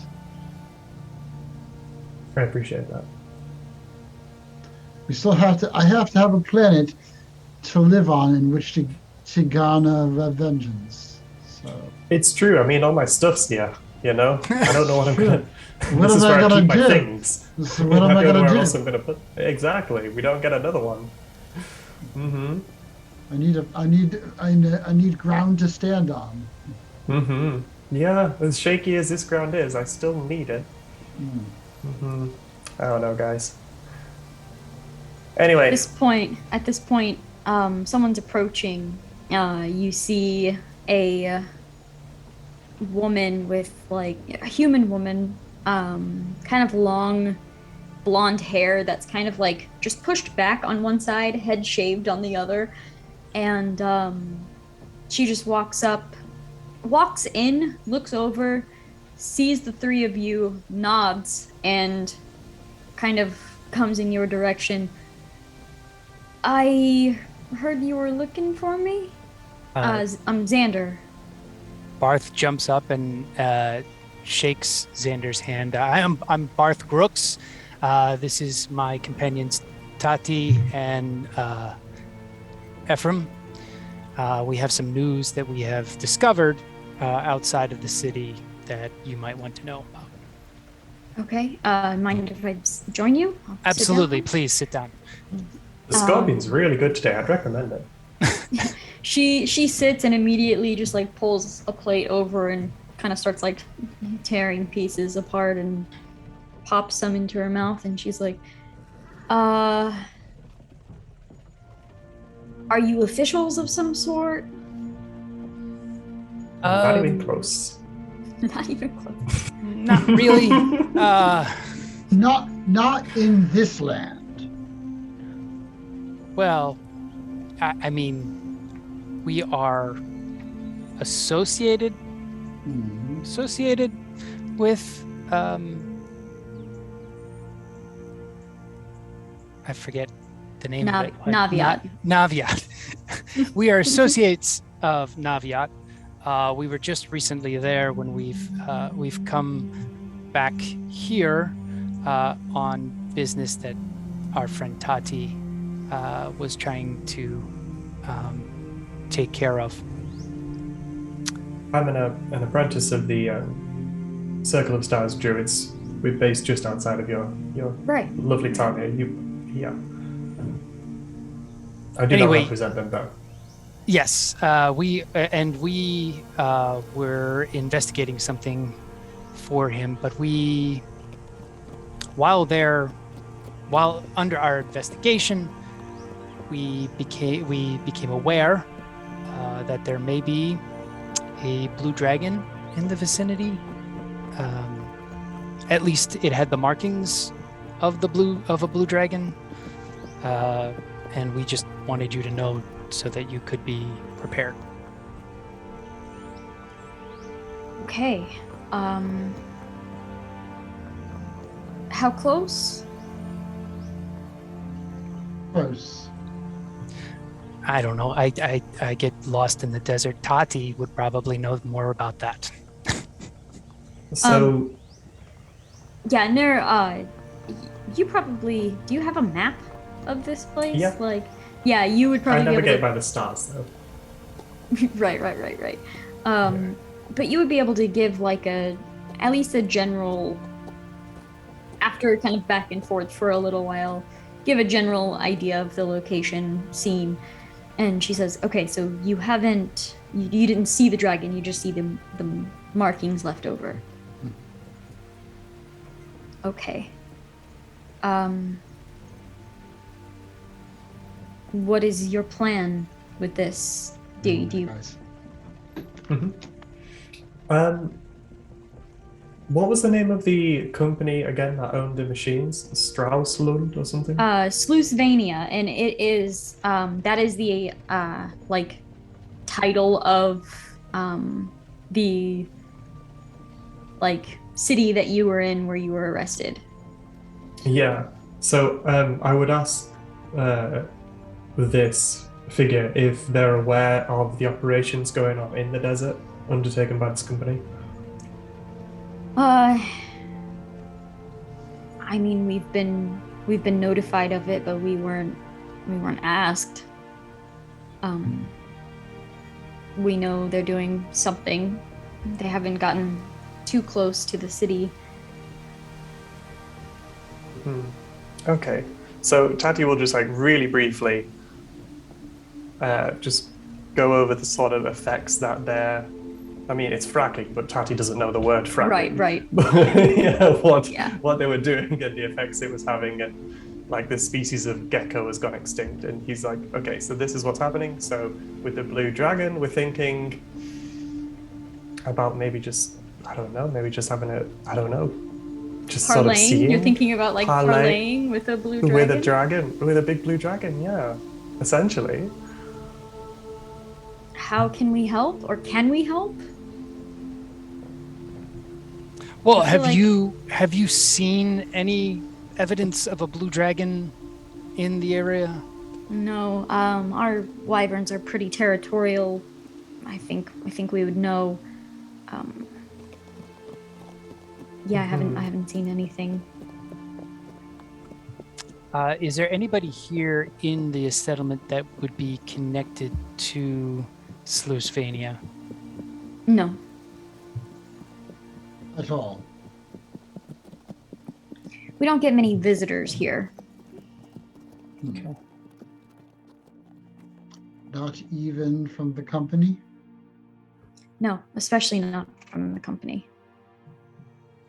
Okay. So it seems like we're on common ground with you in the effect that you don't want them out there either. If it can be helped, yeah, absolutely. We don't want them out there. It's on one hand very barren, and some would consider a wasteland compared to what it was before, but it's still home to many creatures that tend to stay away from the city, but we've been seeing a lot more of. Big lizards? Disturbances, yes. Yeah, we ran into one. Yeah, all of the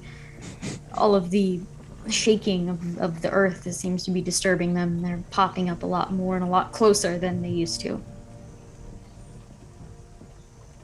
So with my so timing out on the role play here, the shaking of the ground that we were feeling that you said were the machines, and then we had the shaking of the ground that was the lizard, but then we get to the site and the drill is broken.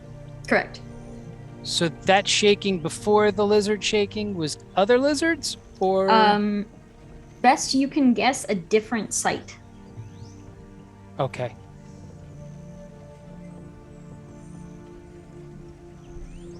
Okay. So it's possible then to follow the shaking of the earth to the location of the second site. Correct. See, Tahti doesn't know much. Tahti thinks all dragons fly, but don't blue dragons burrow? I'm slightly worried now. You've got me on edge. I'm kind of on the edge of my seat that the shaking is just the blue dragon burrowing under the sand. I don't know. I'm really nervous. Obviously, Tahti has no idea. Okay, so if your plan is to parlay with a dragon, do you know how to find it? Absolutely no clue. We have magics. but that's it, really. Yeah.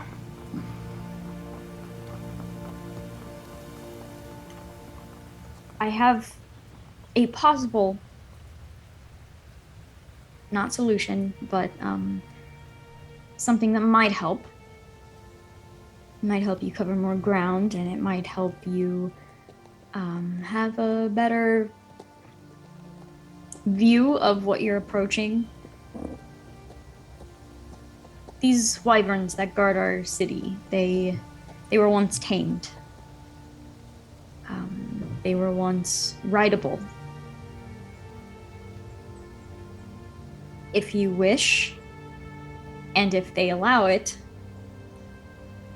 they could be used to help you scout the area.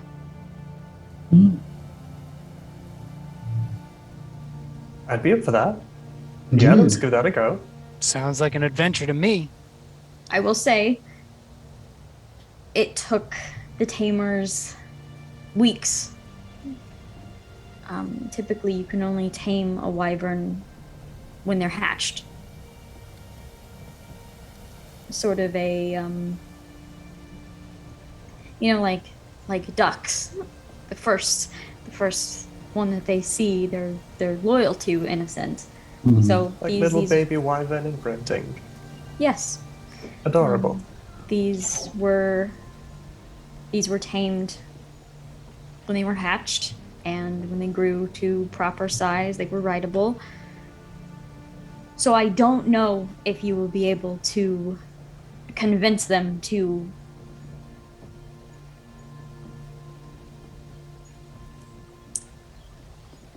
what is the word Mount? yeah, Maybe? I don't know if you will be able to convince them to sink to that level again in a sense here. They have not had a mount in a very long time. So it could be that they just won't allow it. But it is an option that I am offering. I Definitely like to give that a go. If Tati's on it, I'm ready to make Yes. the attempt as well. Same. I start scurrying the scorpion meat into some sort of parcel. I'm thinking I'll need it. Xander like snatches one more before you toss it in there. Fair. If you head back topside and you kind of head over to the wall itself, there are doors and spiral staircases that kind of lead up to those watchtowers. But be careful. They're not hostile, but they may not like you being in their space either. So, if you can convince them, you're welcome to have them aid you. Awesome. Nice. I have no animal handling at all. No, I am wrong. I have a +5 plus proficient in animal handling because I forget. You're proficient. I have no animal handling. I'm proficient at it, actually. Because I literally play any characters that don't have. I don't play rangers or like any of that. So like, and then like, oh, that's right. I am technically an animal. They're like a cat that wants to ride me. So, as a Leonin, you get it as part of your race. That is sweet. Mm-hmm. Nice. All right. I am the most malnourished looking Leonin. To be fair, we don't eat a lot in our adventures. We tried to get some soup, but you know. I am a very lithe Leonin. The one time we tried to get soup, we one time. thwarted. We were thwarted Yep. by soup. Mm-hmm. Soup! our mortal enemy. Mm-hmm. One day soon. So are these like 3 individual towers that we're going up to? Yeah. Yeah, there are actually 4 towers. There's like one on each side, but yeah, if you want to all go together, or if you all want to pick a different tower, I think we should all Xander- get our own wyverns and then just like meet up somewhere. And whoever doesn't meet up, well, we know what happened. Exactly. If that's the way we want to do it, it's fine. Yeah. Xander does offer as well. She's like, and if you can't get it today and you want to kind of give it some more attempts, you are welcome to. So we do have an inn. It's very small. It's got 5 rooms, but you're welcome to that if you need a place to stay for the evening. You are left to your own devices. I look at them. Are we going to go talk to some wyverns? Are we doing this together or separate? Separately? Okay. Yeah. All right. Are you guys happy with that? Yeah, I'm good with that. Either or. It's fine. All right. All Let's do right. this again. Let's see here. Can we sit? So Cue the remembering 1980s training montage. Do-do-do-do-do-do. So I'm the you've best seen some of the wyverns. Around. Take we it know to what they the limit. Cue Iron Eagle training montage. I'm just looking forward to that moment when we all come flying in with the How to Train Your Dragon music going on. It's going to be so sweet. Yes. We are going to start with Barth. Okay. So Barth, you trek up this like spiral staircase up towards the top of this tower. I'm out of breath when I get up there because Yeah. they're not halfling-sized steps. Once you reach this hatch, you kind of like push it open. You do see a wyvern in here already. Sleeping, it appears. Like a really light, almost like a light silver, like almost white color. Mhm. Laying in here, you see various, just old scars from like defending the place, you assume. And they just lay and sleep. I'm not going to wake it. I'm just going to be with it and sort of let it get used to my smell Okay. for right now until it wakes. All right. Tahti, you climb up your staircase, open up your hatch, and you actually see this wyvern is not like in the nest area. It is perched up on top of like the outside wall barrier of this little post here. Its claws are like gripping onto the brick itself, and as you open the hatch, the head like turns towards you and the nostrils kind of flare a little bit as it's sniffing. This one is kind of a almost like light blue color, almost like blends in with the sky in a sense if it were up above you. And you see almost like amber eyes as they turn and they're looking, and nostrils are flaring like, what the heck are you doing up here, kind of a thing, like just looking down at you. What would you like to do? I'm going to move to the center of the room, lay down some scorpion, take a couple of steps back. Okay. Go ahead and make an animal handling check for me. Mm-hmm. That is a 26. Okay. Let's see. So you pop down some of the scorpion, step back towards the hatch. You see the nostrils are like flaring towards you, and the head kind of moves down a little bit, and you watch the wyvern like kind of climb down like more into the nest area and kind of like move their nose down, kind of sniff, and then in one like swift movement of the tongue just picks up all of the pieces of scorpion into its mouth, and you just see it kind of just like Mm-hmm. just kind of looks at you, super curious. It's finished eating. I'm putting my hand out so that it can have a smell. So obviously I don't have a face to put out, so I'm going to put my hand Okay. out for it to smell. Sure. The face kind of moves towards you, and you see the nostrils flare again, and you hear it like breathing in. You see its form like expand just a little bit, and then it breathes out, and you actually like are kind of forced back up against the wall a little bit as the breath kind of like slides you back on your heels, and you slam into the wall, and it's just looking at you. And there's like a not familiarity, because I mean you've never met before, but there is this like sense of, again, not like friendliness, but it's definitely not hostile towards you right now. It seems more indifferent and more curious than anything at this point. Ephraim, you head up, you open up your hatch, and it's an empty perch, and you see the little nest here. You see like it's a nest, but then you see like piles of like sticks within the nest, like almost like the nest is like bunched up in certain places. No wyvern is perched here right now. It is currently empty. I feel like defeated. I'm like, okay, well, I guess to the next one, because there's none here, correct? I mean, it looks like one lives here. It just doesn't look like there's one here currently. No. Okay, so I will go to the next, whatever the next tower is. Okay. Yeah, you head down. You walk over to the fourth tower, and when you go up there, you see like the remains of a nest in the fourth tower.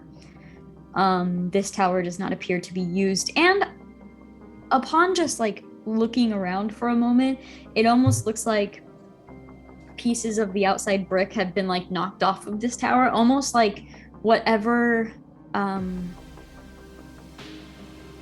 had nested in here outgrew the nest, basically.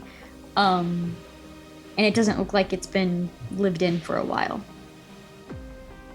Okay. I'll make my way back down. Okay. Meanwhile, Barth, you're sitting there for a little while. What have you been doing while you're waiting? I have been prepping. I have my lute out, and I've been tuning my lute very, very gently, waiting for this wyvern to wake up, letting it get to know me. Okay. As it wakes, I'm sort of like playing it a gentle melody to like soothe it awake, kind of like those alarm clocks that don't necessarily like blare the music at you. They kind of like gradually wake you up. So like as I've been tuning, I've been playing and gradually getting a little bit louder, but a gentle, nice, soothing. And while he's waking up, as he's recognizing me, I'm talking in a low voice. I'm not looking at him directly. I'm just basically looking at the lute while I'm talking. And I'm telling this wyvern why I'm here, that there is the possibility that we can be friends and you can help me out. I just want, and I'm like sort of appealing to him through the music, I'm gently asking him to be friendly with me, and I will be friendly and take care of him and do my best to be a friend to him. Okay. You see, like out of the corner of your eye, just kind of glancing, almost to confirm that it is in fact waking up. Like you glance over, you see the eyes open, and they are bright blue, almost like teal eyes looking over in your direction. And you then just like look back down, and you're just talking and strumming, and you almost hear like a coo of sorts, like coming from the throat of this creature. The wyvern doesn't move. but you do hear just like a little coo with the music. Tahti. You see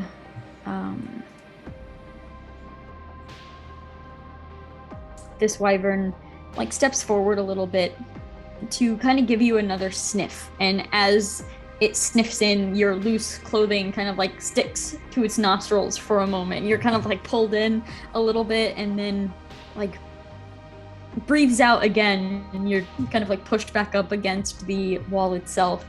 Is there anything else you would like to do? Put my left hand out with the palm upwards, but like out to it to see if it like, because I'm trying to get engagement for what this wyvern likes, what it is used to. So I put my other hand out, palm upwards, obviously, you know, close to myself but stretched to it, to see if it's like, am I this kind of stroke or am I this kind of stroke? I'll see what this wyvern reacts to. Okay. Go ahead and make another animal handling check for me. Sure. That is a 24. Okay. Yeah, it sits there for a moment and then it like nudges your hand that's more up. Okay. And just kind of nudges, almost like pushes away, but then at the same time like is just super unsure at the moment. Yeah.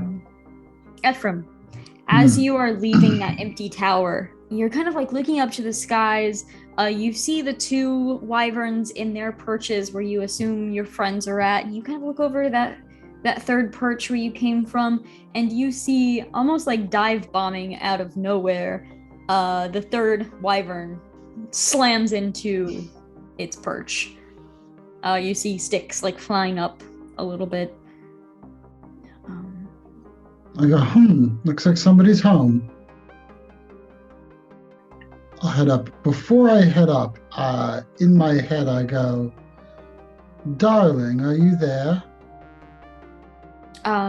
You don't actually hear a response, but you get this like tingling in your palm. I go, I'm going to be talking to something. I may need a little help. Some mental clarity of sorts. Maybe a bit of communication magic. If one could help, that would be wonderful. And I'll cautiously walk myself back up to the tower. Okay. Yeah, you head up and you're like carefully opening up that hatch, and as you're opening it up, you see that this wyvern is like digging at portions of the nest to kind of bunch up what they can. And once they have, it's almost like they hug that part of the nest and are beginning to lay down, almost as if they're like using that as a pillow of sorts. My kind of. Like just bunching it up, and then they lay down and they see, their eyes see you. This wyvern has like kind of a more bronze tone to it, with the same kind of bronze eyes as well. And the eyes are like a little more yellow than bronze. And as they look over at you, they kind of sit up a little bit, and you see their head cock. As they're like, wait, that's not supposed to be there. What? I give it a regal, very like bow or like curtsy to it in respect. Okay. You dredging up things from my past. Yeah, you give it a little bow and you see its head like kind of cock the other way. And then you see it actually stand up. It's kind of standing, you hear the sticks shifting and everything. And then it's like looking super seriously into your eyes. And it leans forward a little bit and opens its mouth, and you see almost like sticks and leaves just fall out of its mouth at your feet.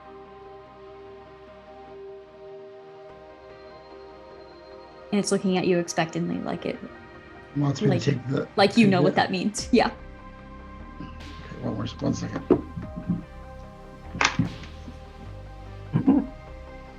I like to think he's off to just go quickly check Google what to do when a wyvern spits sticks at you.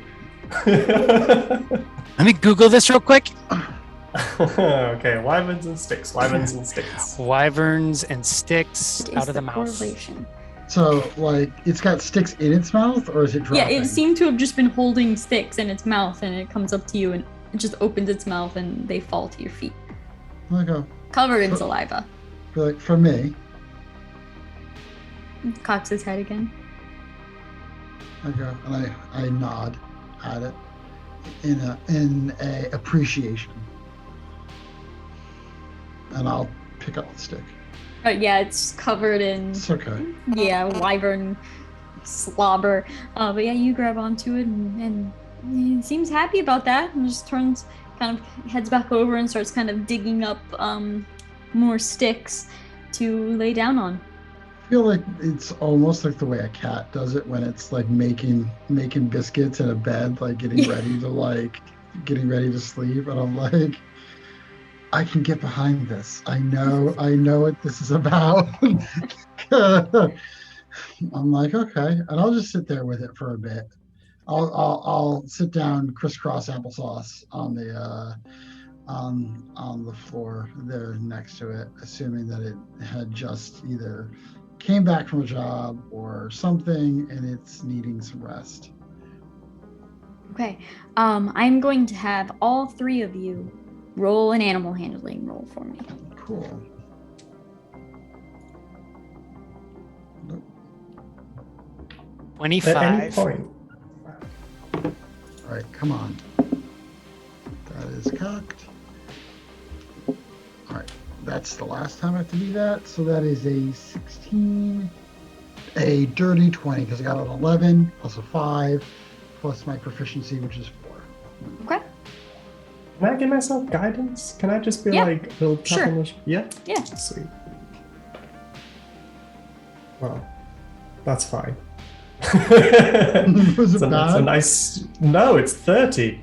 Wow! Holy cow! The way you said it, I was like, A 19 plus a 9 is 28 plus 2 is 30. Wow. I was Okay, thinking well- like my rolls are getting lower at some point. I'm going to roll below 10 and I'm going to this is going to hurt, so I'm going to cover my back. Yeah, I didn't need it. Didn't need it. I was okay. So I will say. Oh, excuse me. I will say you Is that all. what the wyvern says? Yeah. in our heads, I'm we so hear sleepy. You all kind of come to the realization that, like, you're probably going to need to spend a night with these things just to come to a comfortability level that maybe you could think about trying to climb up onto their back. So I will ask each of you, I guess, A, are you spending the night up in this perch? And B, what are you doing to further bond with these creatures during the night? Who's going first? I'll go first. So I am going to spend the night in the perch. I felt like that was what I was going to do anyway, is just spend as much time letting this animal get to know this halfling that's suddenly in its territory. Every half hour, I'm going to move 1 foot closer to the wyvern until I am close enough that I can lay up against it with my back up against it and let it sleep, and we can both sleep together near the nest. Okay. What about Tahti? I think that's a really sound move because I've already got that familiarity of touch. I'm going to see if it will welcome me into its nest before it falls asleep. Yeah, so that we are just there already. Okay. And F. I'll take the stick that it gave me and I'll pick it up and I'll like bring it slowly bring it over to the nest and I'll like motion like into the nest to see what its reaction is.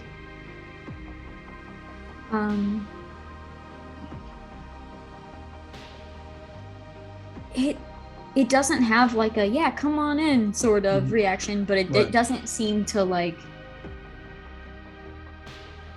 be protective of its nest or anything like that either. I'll like very cautiously like move closer and closer and like put one like foot inside the nest and see what its reaction is. If it's like an annoyed, or if it's just an indifference to me doing so.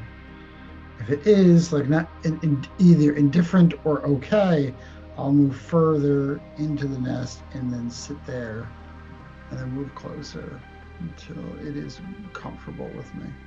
Okay. Yeah, with each of your movements, it's like you would think that this particular wyvern had someone in its nest all the time. Like you're just moving around and it just seems to be like concerned with its own pillow right now and like making that comfortable. So all of you are able to kind of move into your wyvern's spaces. Tahti's pretty sure that if he wanted to, he could probably hop on this thing's back like tonight. But there's kind of that just extra sense of, okay, let's make sure we're really comfortable with each other. And all of you are kind of like wondering how the other two are doing. And the evening fades to black. You wake up. Successful day. Yeah, That's pretty amazing. You wake up the next morning and none of your wyverns are in the nest with you. You're sleeping alone in your nest the next morning. Did he even leave a note or anything? I feel so used. Going for coffee. That was good. Didn't even make me breakfast. No coffee. God. Jesus. Wyvern. It's the new D&D app. Sorry, I couldn't help I myself. met this bronze dragon on Wyvern. It didn't even make me coffee in the morning. Honestly, there's no chivalry with these wyverns anymore.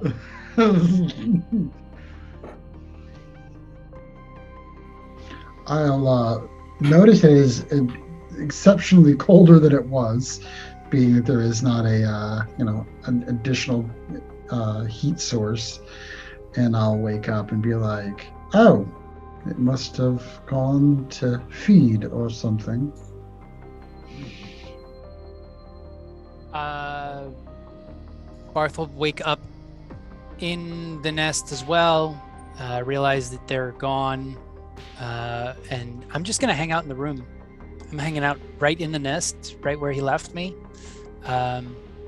Maybe snacking on some of the rations, but I'm gonna go right back to where I was to make sure that he knows that I'm not going anywhere.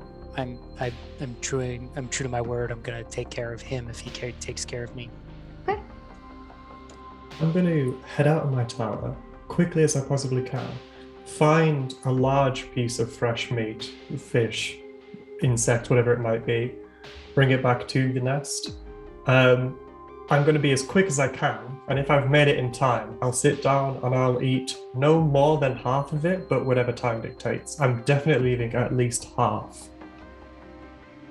Okay. Yeah, it would definitely be like some sort of piece of insect that you're able to bring up there. What is Ephraim doing? I will go back to go back to sitting crisscross applesauce and I'll take the stick that he gave me and kind of lay it on my lap. Okay. And like, this was a gift. He gave it to me maybe to make me feel comfortable with him. And I'm like, okay, it's a gift. I want to keep it. Wait for him to get back or them to get back from whatever they're particularly doing at the moment. All right.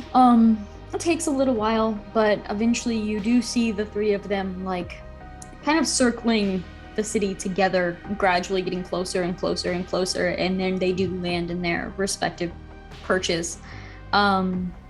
You see they land. They're not like bringing back any food with them or anything, but they do land, and all of them notice that you're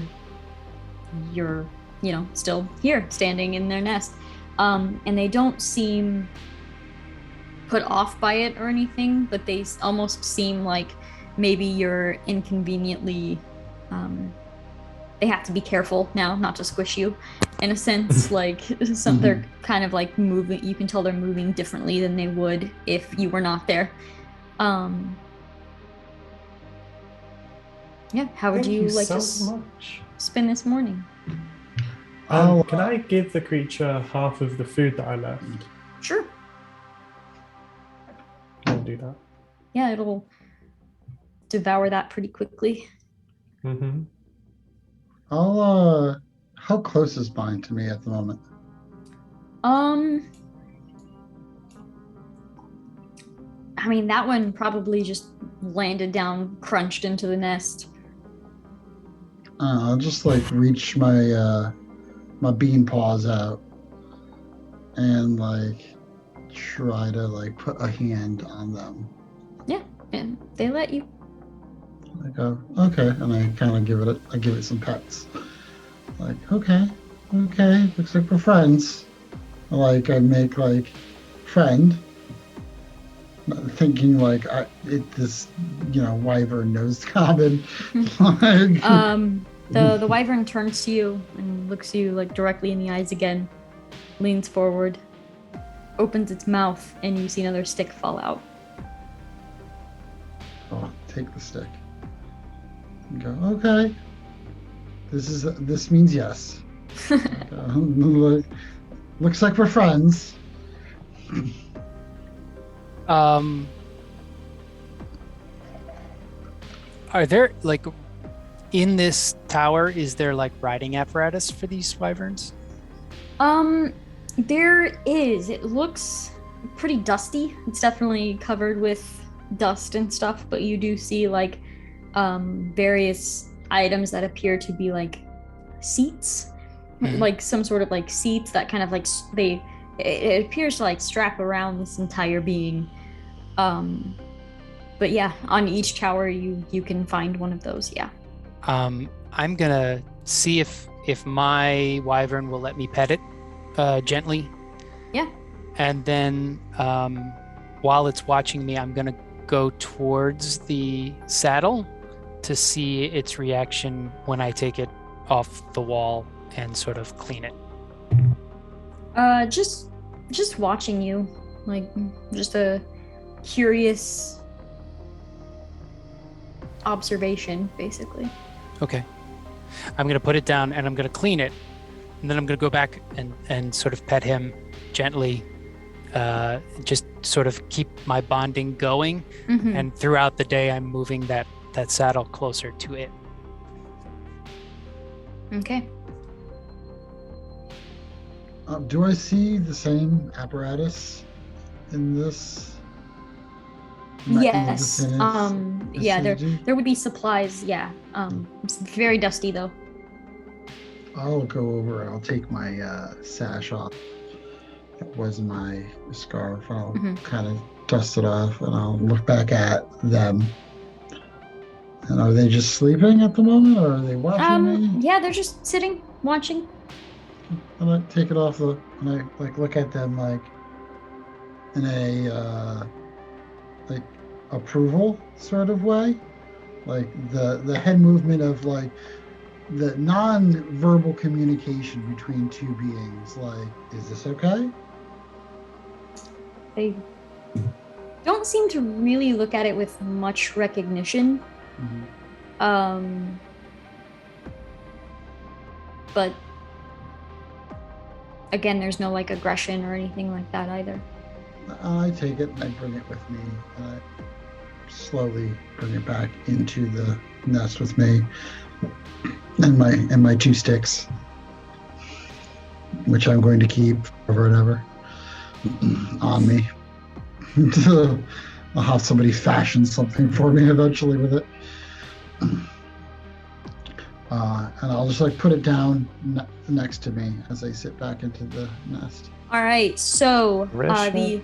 the silvery white one is Valrain. The bluish one, so when it was a baby, it was like an emerald green color, and as it got older, it looked more like the sky, and that one's Kata. And Kata. then the one that is spitting sticks everywhere, that one is Hetheo. Theo? Yeah. Marisha got too big for the perch itself, so that one is rarer to see. How did she get so big? Is it just the type of wyvern she is? We actually rolled when they were hatched, kind of rolled to see the size that they would grow into, and that one just grew very quickly. At this point, I've cleaned off the saddle. Do I see the name on it? You do, yes. And I'll look at it and I'll say Hetheo. I'll look over at the wyvern. Yeah, you see the head cock, and there's like a almost like confusion, but like acknowledgement as well. Like, wait a minute, I know that name. I go, this you, Hetheo. Head cocks again. And I'll put my hand on him.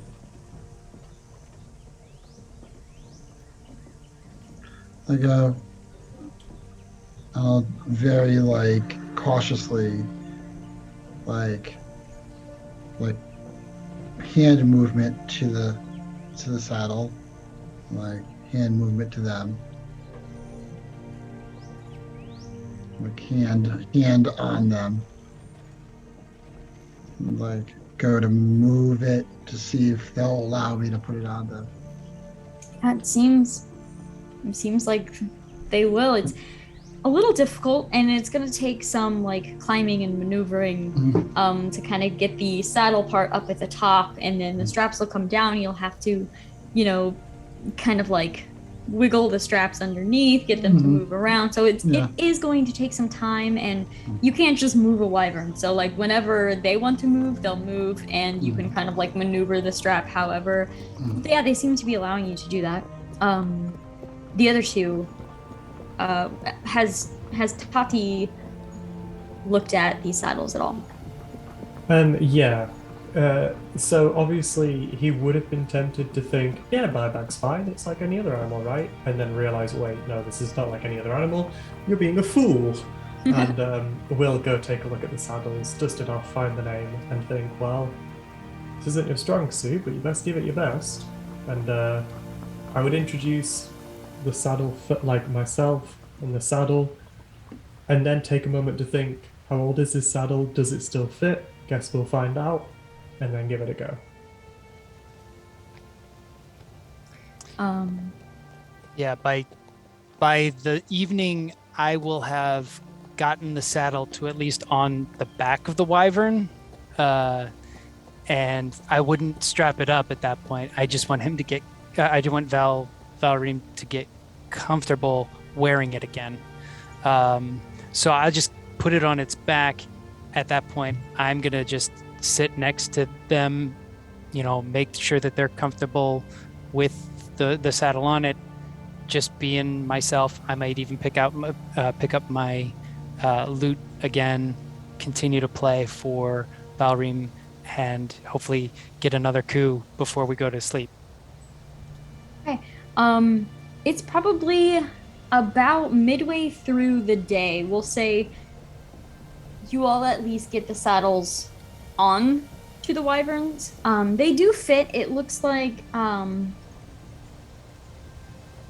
it definitely doesn't look very worn either. Like, yeah, it was dusty, but it looks like these were fairly new before they were basically retired in a sense. Like they were created as the wyverns were growing up.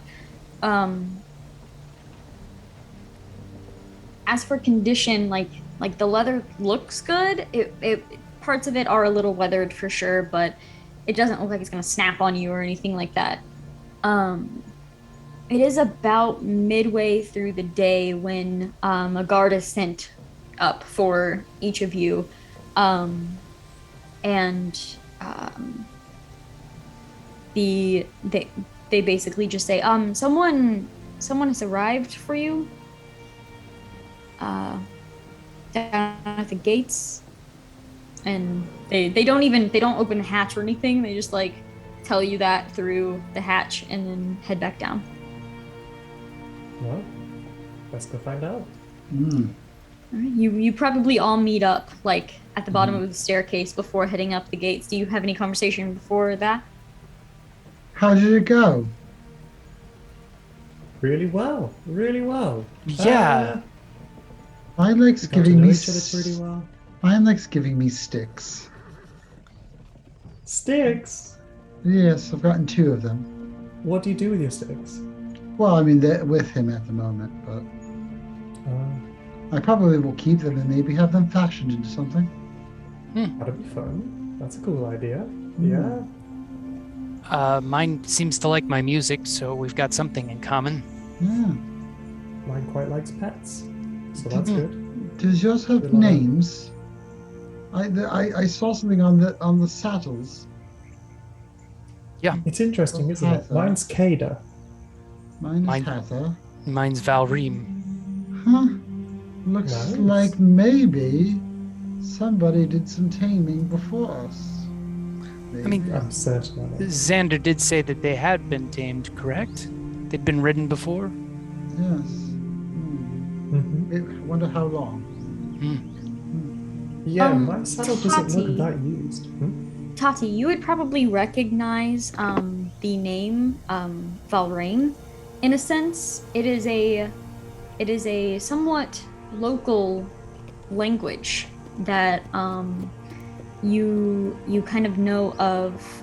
You've probably never been there, but you know of a like black sand beach in the southern part of the desert where there is like this very large bugbear colony, and it is a language that they use, and it means beautiful. That is very cool. Are the bugbears like quite friendly? Are they quite roguish? You've heard they're friendly, but you've probably never visited that part of the desert before. Sure. Cool. I'll communicate all of this. Been like, oh yeah, that's interesting. Does Kada mean anything? Will Tahti know? Not that you can recognize. That's cool. Then yeah, I'll communicate this. There's a little interesting snippet. Yeah, well, Fantastic. she certainly is beautiful, that's for sure. It's cool. What color is she? She's really silver, almost white, with deep piercing blue eyes, almost teal eyes. Very gorgeous. That is incredible. Mine's this amazing sort of sky blue color with these gorgeous piercing pumpkin shaded eyes. I wonder why they're all different colors. Strange. What Mine's color are yours? Mine's bronzy colored and has like yellow eyes. But it has its mannerisms are very like, I don't know, relaxed, it would be. They're more into their pillow. They made a pillow out of sticks. Who would be coming for us? I don't know. That's what I wanted to know. Well, you know who I've not seen for a while? Naya. Oh, okay. Yes. That is very Yeah. true.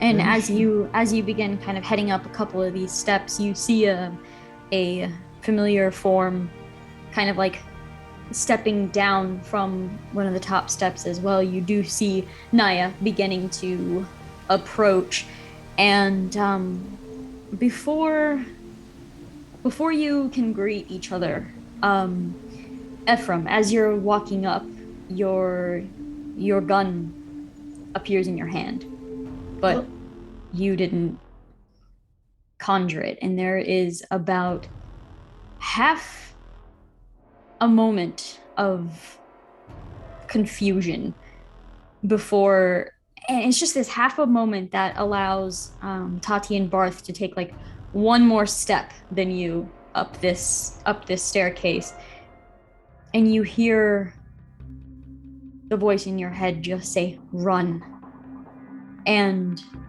before you can react to this, you turn your head, basically seeing movement out of your peripheral vision. You kind of just turn your head in one direction, and you see two terribly familiar figures reaching for you from the shadows from each side of this staircase.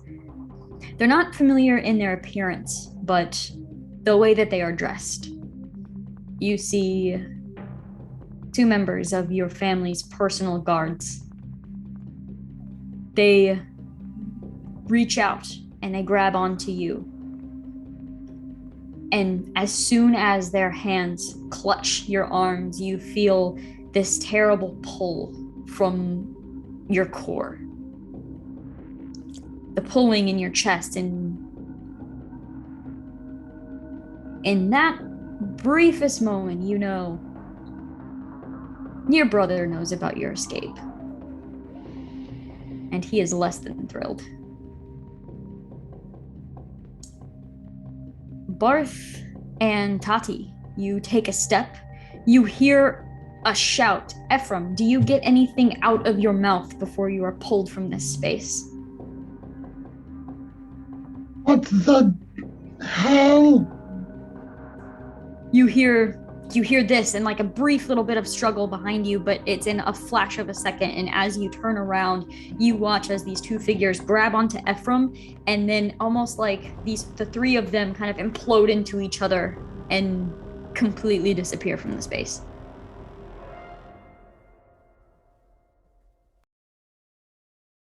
The puzzling predicament of the pardoned prisoners.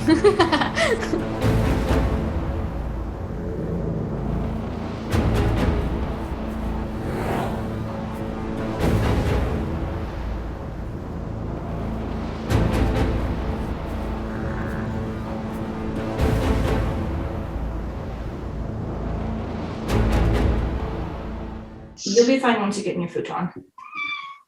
Yeah, she said, yeah, I will. Oh,